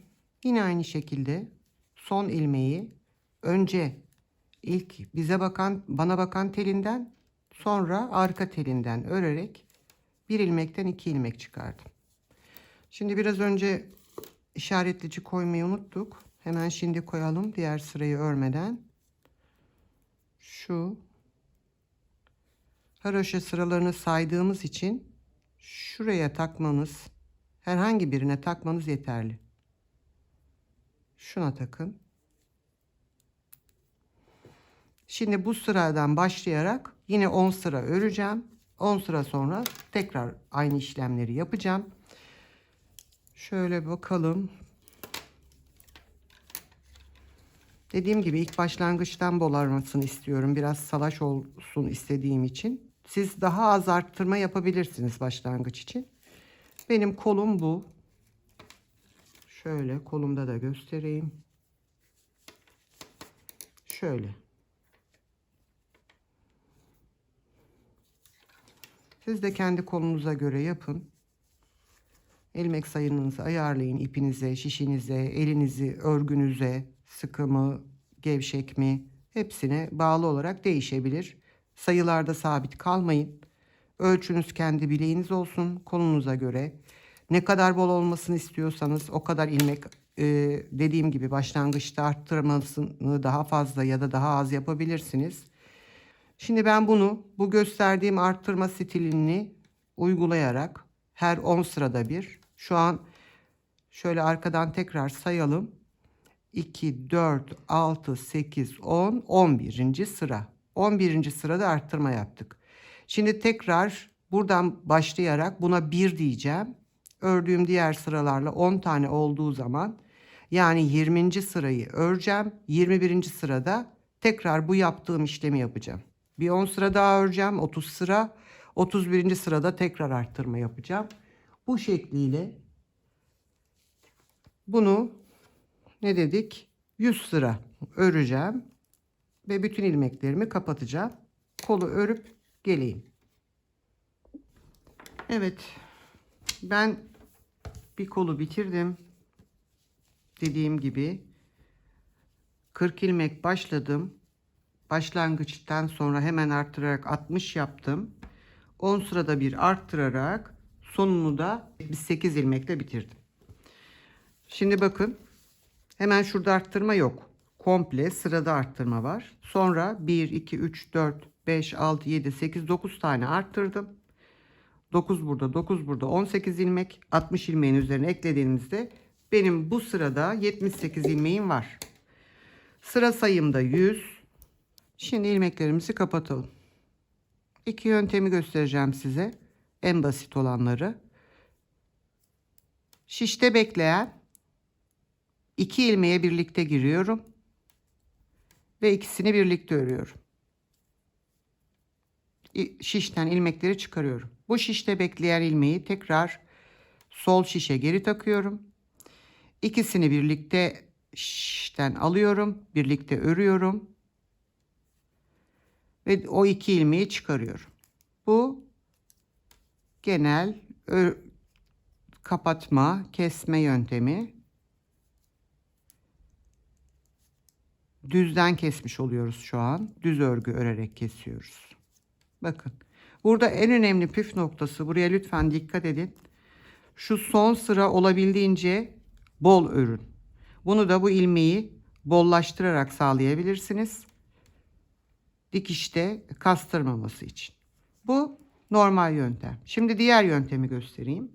Bu ilmeği buraya takmıyoruz. Burada bekliyor sağ şişte. Sol şişten bir tane örüyoruz. Bu ilmeğin içinden geçiriyoruz. Tekrar yapıyorum. Örüyorum. Bu ilmeğin içinden geçiriyorum. Bu şişte bekliyor. Bir tane örüyorum. Bekleyen ilmeği içinden geçiriyorum. Örüyorum. Üstünden atlatmış olduk. Bu şekilde. Bakın ikisinde de hiçbir fark yok. En önemli noktayı biraz önce söylediğim gibi bol yapmak. Bu birinciyi tekrar göstereyim. İkisini birlikte alıp örüyorum. Sağdakini tekrar sola takıyorum. Sol şişe. İkisini birlikte örüyorum. Hangisi kolayınıza gelirse. Benim için bazen öbürü oluyor örgüde. Bazen bu oluyor. Hangisi olursa fark etmez. Bu şekilde örerek bitiriyoruz. Ben kapatıp geleyim. Evet, arka parçamızı böyle dümdüz bitirdik. Ölçtük. Yeterli sıraya ulaşınca bitirdik. Şimdi önlerimizde 5'er taneden 15 tane trabzan var. Birer tane de ek yerlerini düşündüm. Birer üçlü grup oluşu sayısı olması adına. Yani 17 tane sanki üçlü grubum varmış gibi düşündüm. Hesapladım. 17 çarpı 3 51 ilmek yapıyor.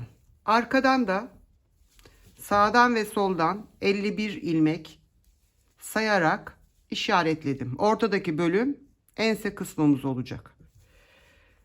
Şimdi bunları düz yüzleri birbirine bakacak şekilde, yani bunun düz yüzü burası ve ön pervaz lastiklerimize dikkat ederek şu bölüm ortada kalacak. Yani şöyle buraya tutturmak istiyorum. Önün zincirinden, arkanın da 51. ilmeğinden şöyle sabitlemek istedim. Şimdi bunu çıkarabiliriz artık. Bunu buraya tığla ekleyeceğim. Ben pek iğne kullanmam dikişlerimde. Çünkü bu bir örgü ve esniyor. Sağa sola esneyen bir şey. Diktiğimiz zaman ne kadar bol bırakırsak bırakalım bir kasma yapıyor. O yüzden örerek eklemeyi tercih ediyorum ve tığla ekliyorum o yüzden. Şimdi birinci önünü nasıl eklediğimi göstereyim. 2,5 milim tığ kullandım bunda ben eklerken.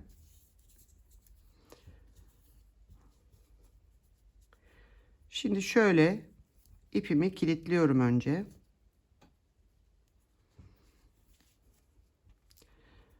Şu örgümün kenar ve ilk ilmeği. Şuradan giriyorum. Bakın şu bitiş sırası, şu son örgü sırasının altından giriyorum. Şuradan girdim. Ön parçamın da zincir bölümünden girdim. Şöyle ilk ilmek kaydırmamı yaptım. Bu ipleri daha sonra gizleriz. Şimdi bakın şöyle baktığınızda görebiliyorsunuzdur. Bunlar her biri birer ilmek. Şu ilmeğin içinden giriyorum. Ve arkadaki ikili trabzanın tepesindeki iki ilmeği birlikte alıyorum. İlmek kaydırma yapıyorum. Burada dikkat etmeniz gereken en önemli nokta, şunu çok sıkı sıkı yapmayın. Biraz bol olsun. Şimdi bu ilmeği kullandık. Bu ilmekteyim. İçine girdim. Burada da ikinci trabzanın tepe ilmeklerine girdim. İlmeğimi çıkardım. İlmek kaydırma yaptım. Şimdi bakın şöyle de takip edebilirsiniz. Şurada bir çizgi oluşuyor. Şu ilmeği buradan giriyorum. Arkadaki üçüncü trabzan, ilmek kaydırma. Şimdi bu ilmekteyim. Zincire yapmıyorum. Direkt diğer trabzana atlıyorum. Çok kolay. Baştan size karışık bile gelse yapınca ne kadar kolay olduğunu anlayacaksınız. Evet, bu ilmekteyim. Şöyle ikinci grubumu da bitirmiş oldum. Şimdi üçüncü gruptayım.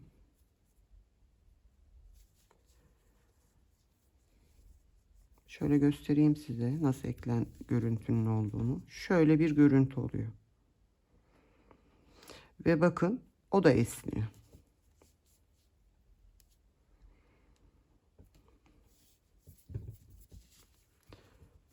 Devam edelim. Hem tekrar etmiş oluyoruz. Önce örgümüzün ilmeğinin içinden, sonra arkadaki trabzanların tepesinden ilmek kaydırma. Zinciri atlıyorum. Diğer trabzanın tepesine geldim. Bakın bu ilmekleri çok küçük tutmuyorum. Şöyle yapmıyorum. Şöyle biraz tığdaki ilmeği büyütüyorum.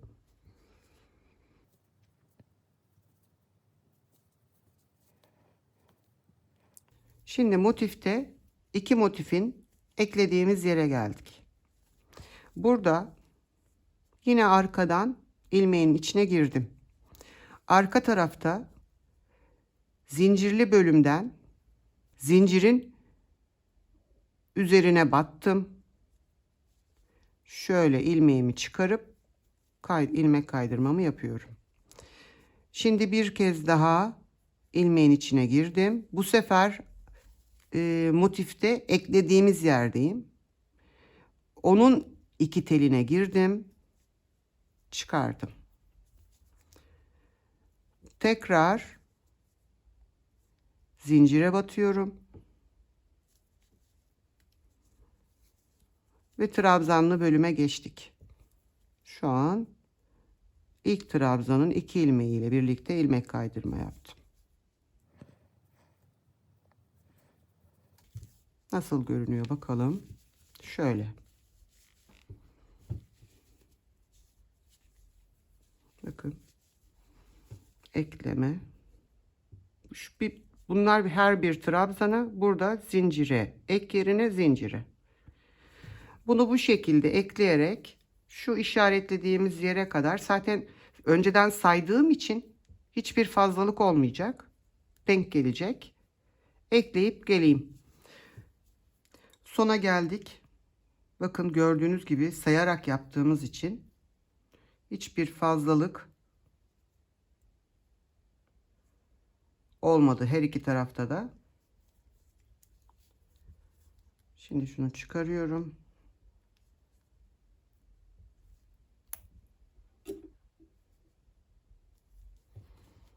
Evet.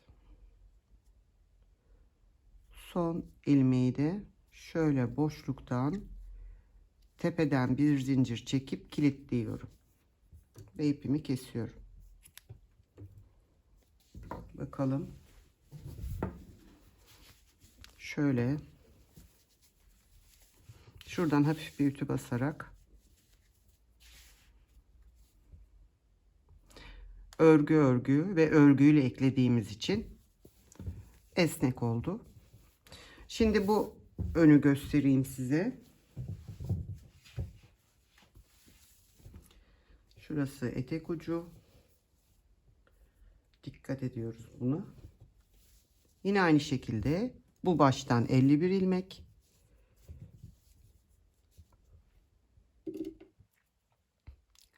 Köşedeki zincirle saydığımız 51. ilmeği birleştirdim yine. Bunu da eklemeye bu kenardan başlayacağım. Yani motif tarafı bize bakan tarafı olmuş olacak.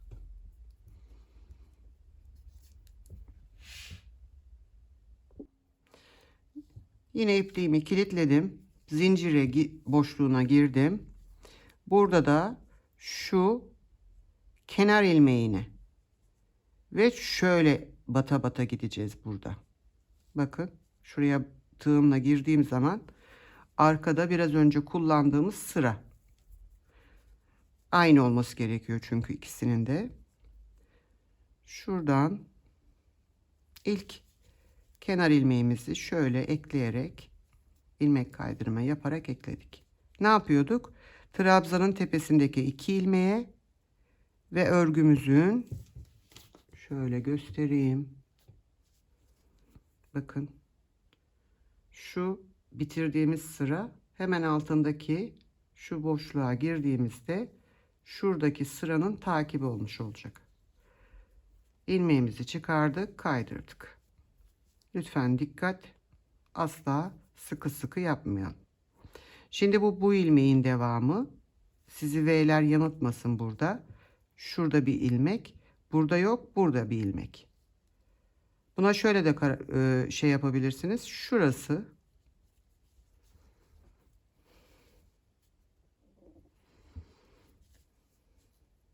önce trabzandan 2 ilmek,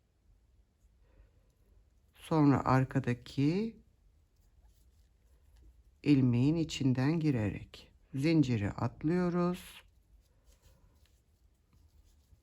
ve biraz önce anlattığım mantıkla yine eklemeye devam edeceğiz. Bakın şöyle ekleyerek devam edeceğiz. Tamamlayıp geleyim. Evet, bu parçayı da eklemiş oldum. Bakın şöyle da ensemiz. Şimdi sıra ön pervazımızı örmeye geldi. Evet, iplerimizi alalım.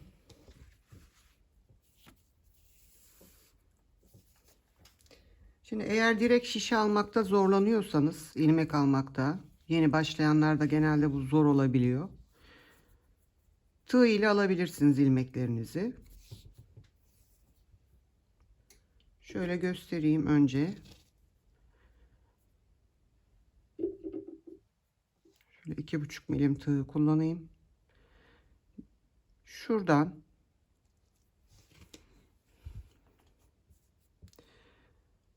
son ördüğümüz sık iğnenin 2 ilmeğini tekrar tığa geri aldım ve şöyle bir ilmek çıkardım.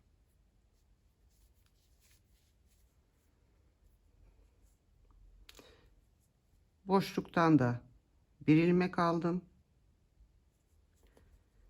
Şimdi her bir trabzanın tepesinden bir ilmek çıkaracağım.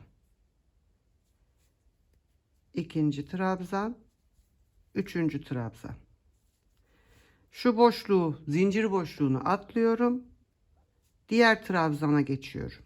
Yine trabzanın tepelerinden birer ilmek alarak ilerliyorum. Şimdi şöyle tığda çok ilmek oldu.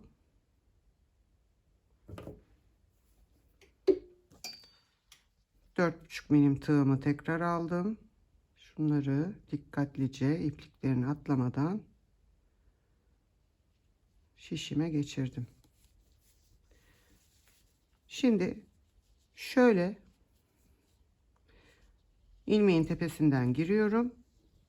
Şöyle ilmek çıkarıyorum. Bakın girdim. İlmek çıkarıyorum. Tepedeki 2 ilmekten girip ilmek çıkarıyorum.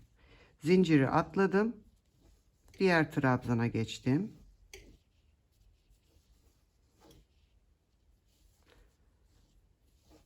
Diyelim ki bunu yapmakta zorlanıyorsunuz. Çıkaramadığınız ilmekleri. Ben size kolay yöntem olarak bunu da zincir göstermiştim. Pardon. Tığla almayı. Tığla ilmeği alın. Şişe geçirin. Bu kadar. Tığla ilmeği alın. Şişe geçirin. Şöyle.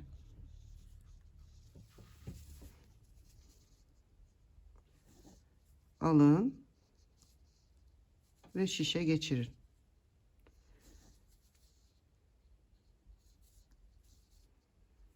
Bu da en pratik yöntemi.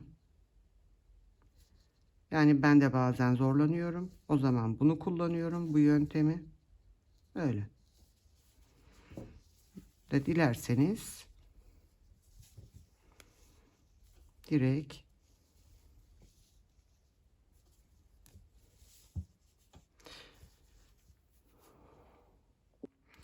şimdi bunu böyle şu ense parçasına kadar ilmekleri alalım. Boynu kadar geldim. Şu son zincir olan bölümden de bir tane aldım. Bir tane de tam dikiş yaptığımız, eklediğimiz yerden çıkarıyorum.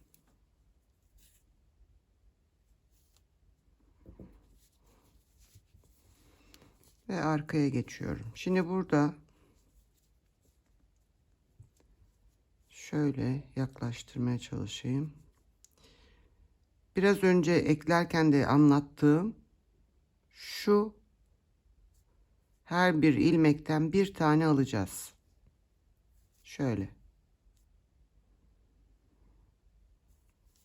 Bakın hangi sıradan aldığımı dikkat edelim.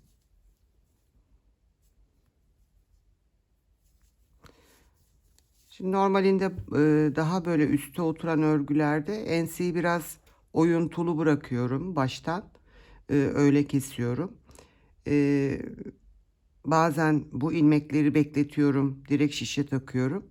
Ama bu olabildiğince salaş bir ceket. O yüzden çok fark etmeyecektir. Ve daha basit olması açısından düz bitirdim. İlmekleri de düz olarak bir sıra halinde enseye bıraktığımız ilmeklerin şöyle hemen kestiğimizin altındaki ilk boşluktan şiş örgüsü olduğu için daha rahat böyle ilmekleri çıkarabiliyorum. Delikleri daha büyük. Ama zorlanıyorsanız burada da tığdan yararlanabilirsiniz. Bu şekilde tüm ense ilmeklerinden ilmek çıkarıyoruz. Evet. Diğer önüne birleştirdiğimiz yere geldim. Yine ek yaptığımız yerden bir ilmek çıkardım. Zincirden bir ilmek ve tüm trabzanların üzerinden birer tane alarak aynı bu önde yaptığımız gibi bunu da etek ucuna kadar ilmek alıyoruz. Evet, etek ucuna geldim. Bir tane zincirden Şöyle bir tane de ördüğümüz sık iğneden alıp tamamladım.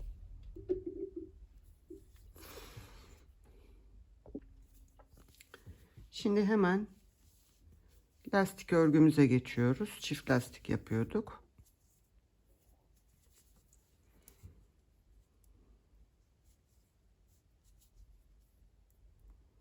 İlk ilmekten hemen başlayarak örmeye, diğer sıralarda ilk ilmeği örmeden alıyorum.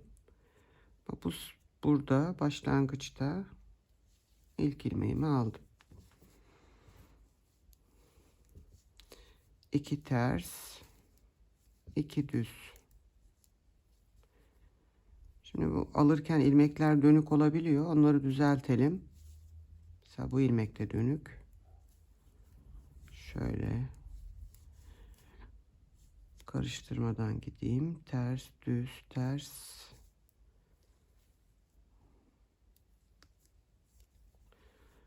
Düz.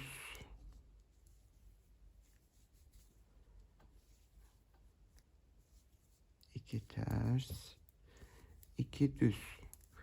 Bu şekilde bakın.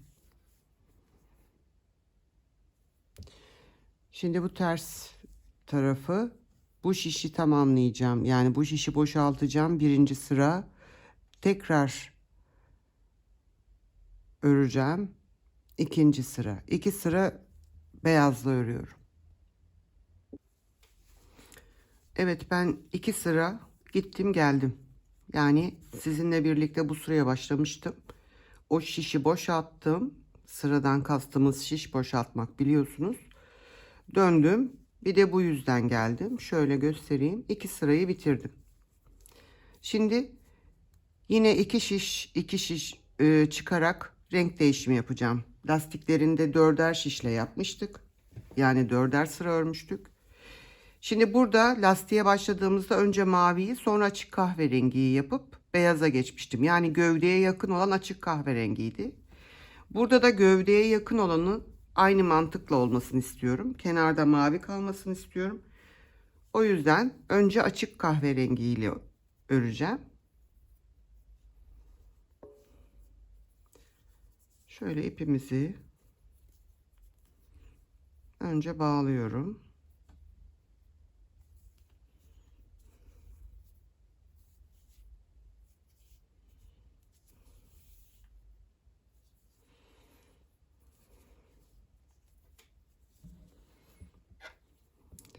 Ve başlıyorum. Yine ilk ilmeği daha önce yaptığım gibi renk değiştirdiğim için örerek başlayacağım.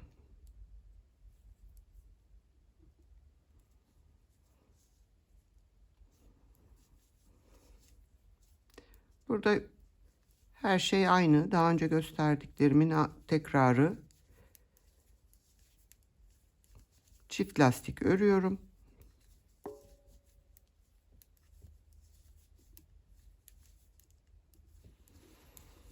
Böyle bu şişe gideceğim. Yine açık kahverengiyle geri geleceğim. Açık maviyi bağlayacağım. Gideceğim. Geri geleceğim. Tekrar beyaza geçeceğim. Beyazda da bir gidip bir geleceğim. Ve sonra kesimi geçeceğiz. Ben oraya kadar, kesime kadar öreyim. Vaktinizi çok almamak adına. Geleyim. Böyle olacak.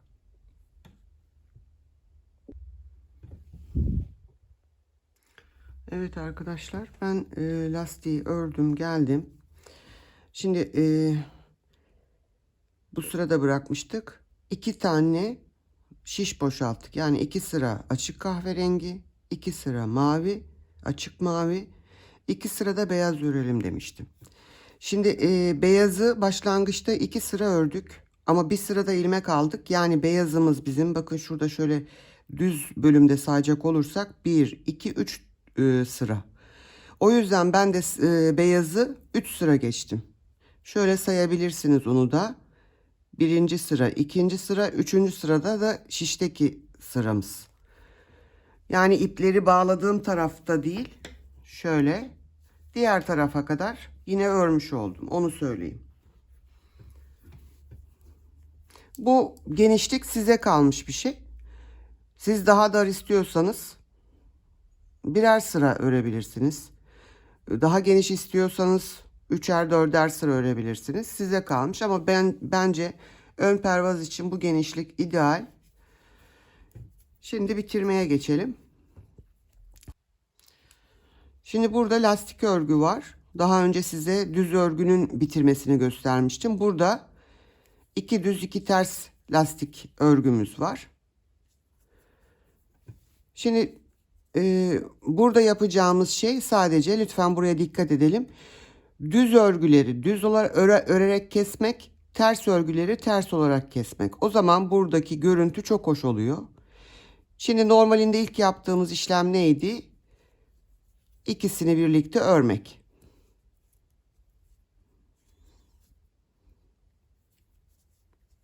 Şöyle. Burası düzdü.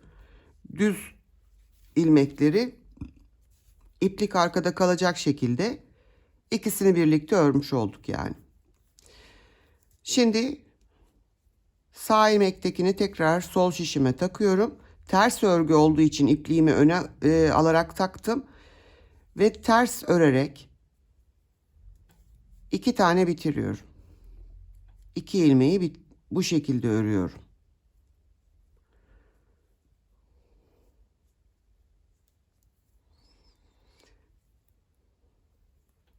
Böyle.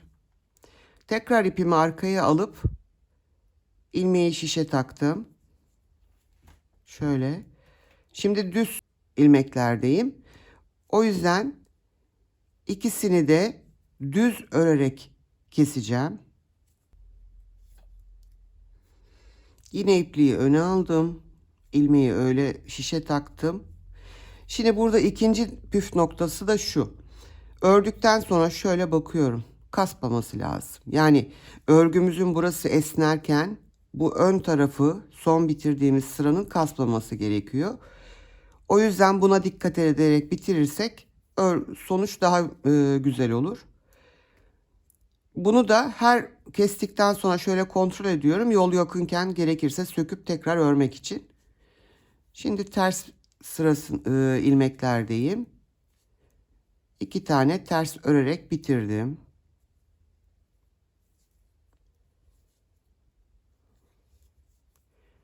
Şimdi düzdeyim. İpliği arkaya aldım.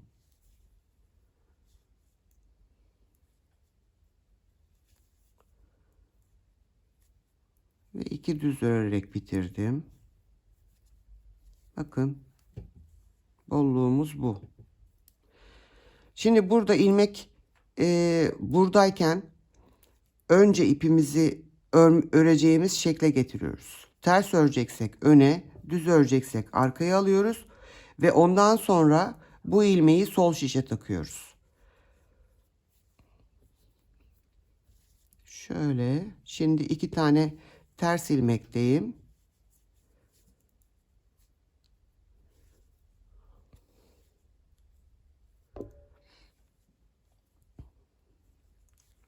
İlmeğim sağ şişteyken ipi arkaya aldım. Düz öreceğim çünkü. Sonra ilmeği takıp 2 tane düz ördüm. Şöyle. Bakın. Kesme şeklimiz bu olacak. Yani düzleri düz, tersleri ters kestiğimiz zaman her iki taraftan da düz bir görüntü oluşacak. Eğer düz kesseydik hiçbir şey yapmadan şu görüntü böyle olacaktı, bittiği zamanki görüntü. Bu işlem bu örgünün devamı şeklinde olduğu için daha muntazam oluyor. Ben lastik mesela bir lastik örüyorum, bir düz bir ters. Orada da aynı işlemi yapıyorum. Düzü düz, tersi ters keserek yine bu görüntünün böyle olmasını sağlıyorum. Dediğim gibi ikinci püf noktası da şu gerginlik ayarı. Onu hep ilmekleri aynı boyutta yaparak gerginlik ayarımızı da buradaki örgü gibi esnek olmasını sağlayarak yapıyoruz. Yoksa burası böyle kastırır, şöyle büzer ve hoş olmaz. Sonuçta bu ön pervazın ucunda duruyor. Şimdilik söyleyebileceklerim bu kadar. Sorularınız varsa yazarsanız cevaplarım. Ben burayı bitirip geleyim. Evet, ben lastiği bitirdim. Şöyle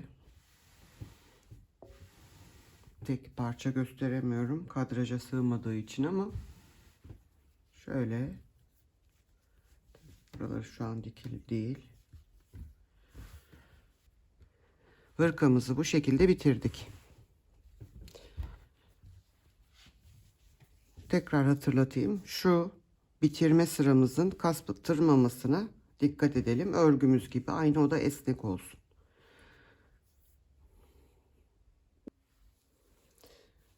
Şimdi kolumuzu dikmeye geldi sıra.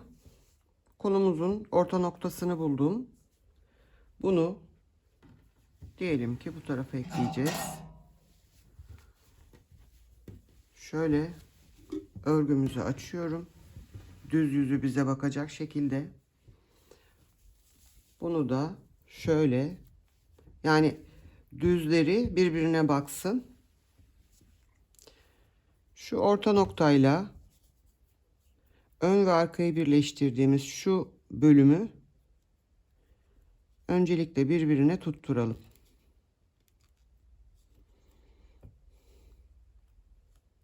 Şu şekilde tutturalım. Bu şöyle yaklaşık 2,5 örneğe falan denk gelmesini istemiştik zaten. Şöyle 2,5, hatta biraz daha fazlası olabilir. Aynı şekilde bunun karşılığı gelen, hatta şöyle tersten daha iyi ölçeceğim.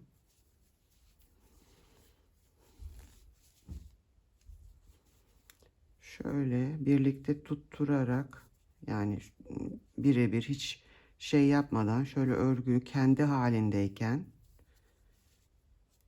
nasıl arkayı yeterli ördük mü diye ölçerken yaptığımız işlemi tekrar yapıyorum. Normalinde örgü olsaydı ya da her ikisi de tığ olsaydı sıra sayarak, trabzan sayarak bunu yapabilirdik. Ama bir tarafı tığ, bir tarafı şiş olduğu için bu şekilde nereye gelmişti? Üçüncü örneği birazcık yarısını geçmiştik. Şöyle örgü kendi halindeyken 1 2 3, şurası ortası, bir tık geçtik. Şimdi burayı işaretliyorum. Her iki tarafını karşılıklı.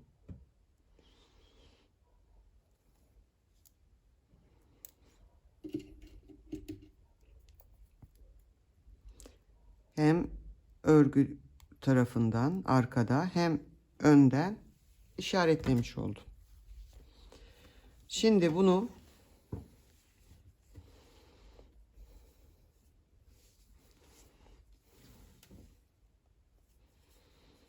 tekrar şöyle bir tutayım. Evet. Ve ikisini birbirine tutturmak istiyorum. Aynı şeyi bu uçta da yapacağım.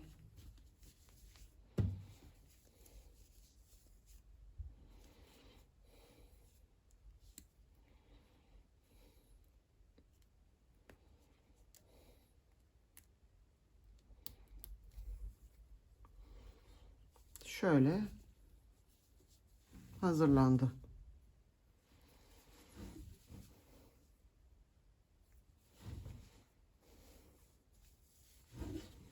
Şimdi daha önce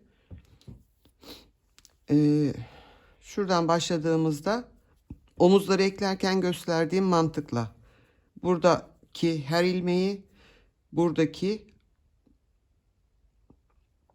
aynı sırada gitmesine dikkat ederek her ilmeği birebir birbirine ilmek kaydırma yaparak ekleyerek bu uca kadar geleceğiz.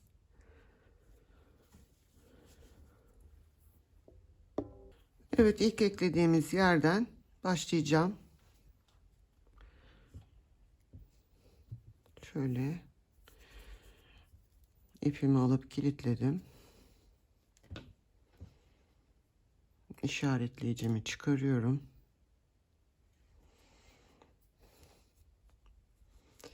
Önce örgümün şöyle ilk ilmeklerinden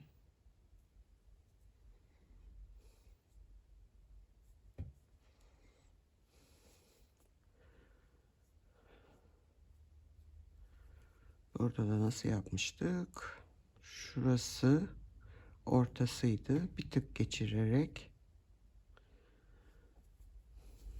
trabzana ilmek kaydırma.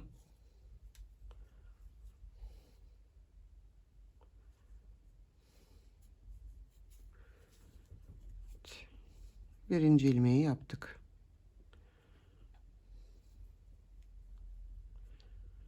Şöyle bu sıradan batıyoruz. İkinci trabzana geliyor.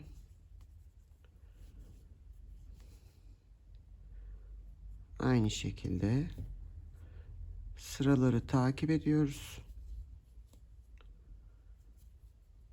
Her bir örgüden bir ilmek,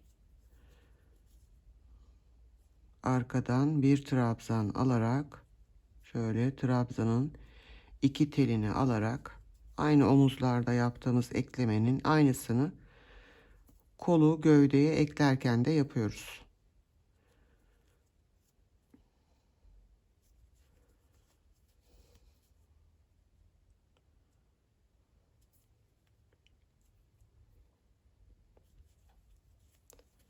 Bu şekilde ekleyerek tamamlayacağız.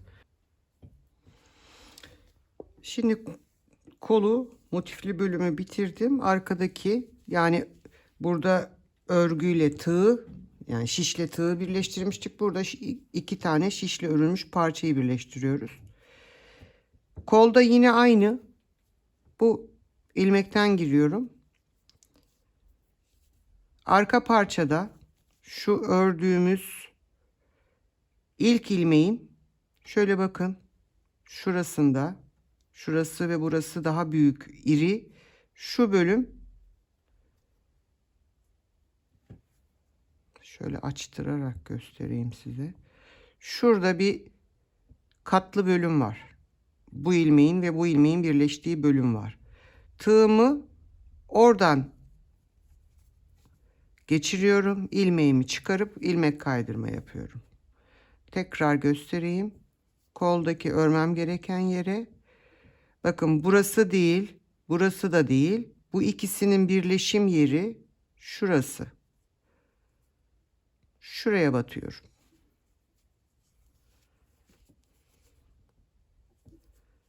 Yaptığımız işlem ilmek kaydırma.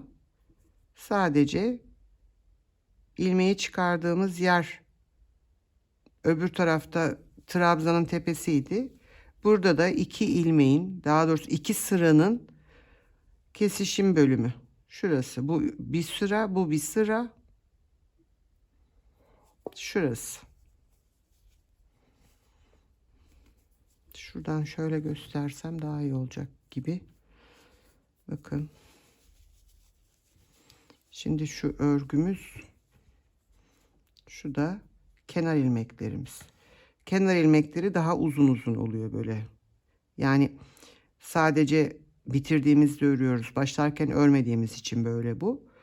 Şurada bu iki ilmeğin birleştiği nokta var.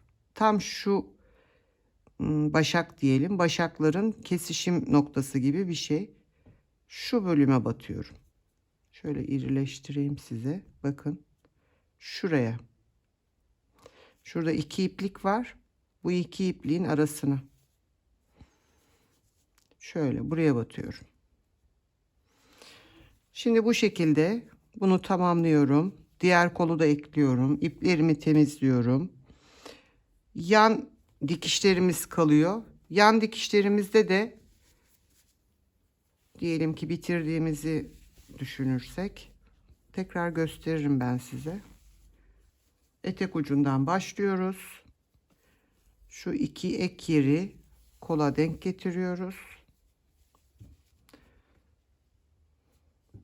Buraya kadar kolları, yani ister buradan başlayalım, ister buradan başlayalım. Biraz önce gösterdiğimin aynısı. Yani şu bölümde tığ örgü ile şiş örgüyü, bu bölümde de karşılıklı şiş örgüleri birbirine ekleyeceğiz.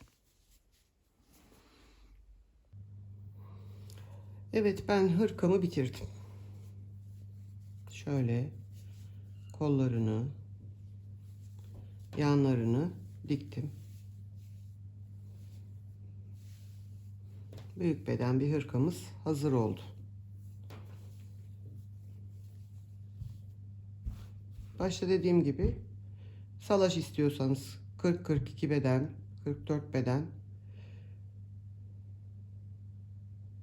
normal olarak da 46, hatta 48 beden bile giyebilir. Oldukça büyük bir hırka oldu. Boyu ve eni de. Şimdi bu hırkayı bitirdik. Küçük hırkamıza başlayalım. Evet. Küçük hırkamızı ben ördüm. Sizin vaktinizi boşu almamak için. Çünkü her şey aynı. Motifler, işte lastik örme, kol, her şey aynı. O yüzden ben size farklı olan kısımları anlatacağım. İkisinin arasındaki farkı göstereceğim. Şimdi birinci fark, bunu daha canlı renklerle ördüm. Daha fazla renk kombina çeşidi var. İşte mor, turuncu, yavru ağzı, turkuaz gibi renkler ilave ettim. Bu daha pastel tonlarında, bu daha canlı oldu. Onun dışında en bariz, başlangıçta da söylediğim gibi, bedeni oluştururken büyük bedende 3 motif eni, 8 motif boy yapmıştım. Bunda 2 motif en, 5 motif boy yaptım. Daha küçük olması için. Şöyle. Yani bunu 4'te de bırakabilirsiniz. Daha böyle kısa istiyorsanız, crop gibi istiyorsanız 3'te bile bırakabilirsiniz. En bariz fark bu.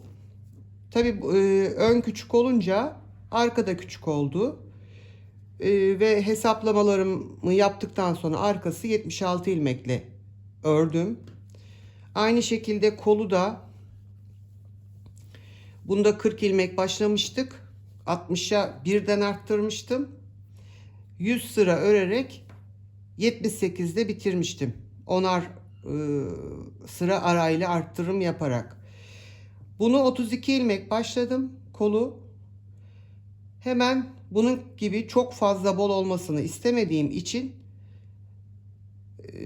lastik bitiminde 40 ilmeğe çıkardım. Yani 8 ilmek arttırdım. Yine 10 sırada bir arttırarak, ama burada hemen başlangıçta bir tane arttırdım. 10 sırada bir arttırıp 80 sıra ördüm. 8 8 16, 40 da başlangıcı, 56 ilmekle koltuk altını bitirmiş oldum. En bariz fark bunlar. Bunun dışında işte ön pervazı örmek ya da örnekte kullandığımız renk değişimi, her şey aynı. Dediğim gibi bu daha küçük, 32, 36 bedene kadar, hatta dar seviliyorsa 38 beden dahi giyebilir. Bu küçük hırka için söyleyeceklerim de bu kadar. Evet arkadaşlar, bir projenin daha sonuna gelmiş bulunuyoruz. Bir tane büyük beden uzun, bir tane küçük beden kısa hırkamız oldu. Çok güzel bir anne kız kombini bence. Ben çok severek ördüm. Hem evdeki ipleri değerlendirdim. Bu iki hırka içinde hiç ip satın almadım. Tamamı evde olan iplerdi. Siz de böyle evde olan iplerinizle yapabilirsiniz ya da satın alıp yeni de örebilirsiniz. Evet, ben çok severek ördüm. Umarım siz de beğenirsiniz ve örmeye değer bulursunuz. Yorumlarınız, beğenileriniz benim için çok değerli. Lütfen bunları unutmayalım. Yine aynı şekilde kanalıma abone olmak, eğer hala olmadıysanız, kanalıma abone olmak da ücretsiz. hatırlatayım. Şimdilik bu kadar. Yeni projelerde görüşmek ümidiyle. Sağlıcakla kalın, hoşça kalın.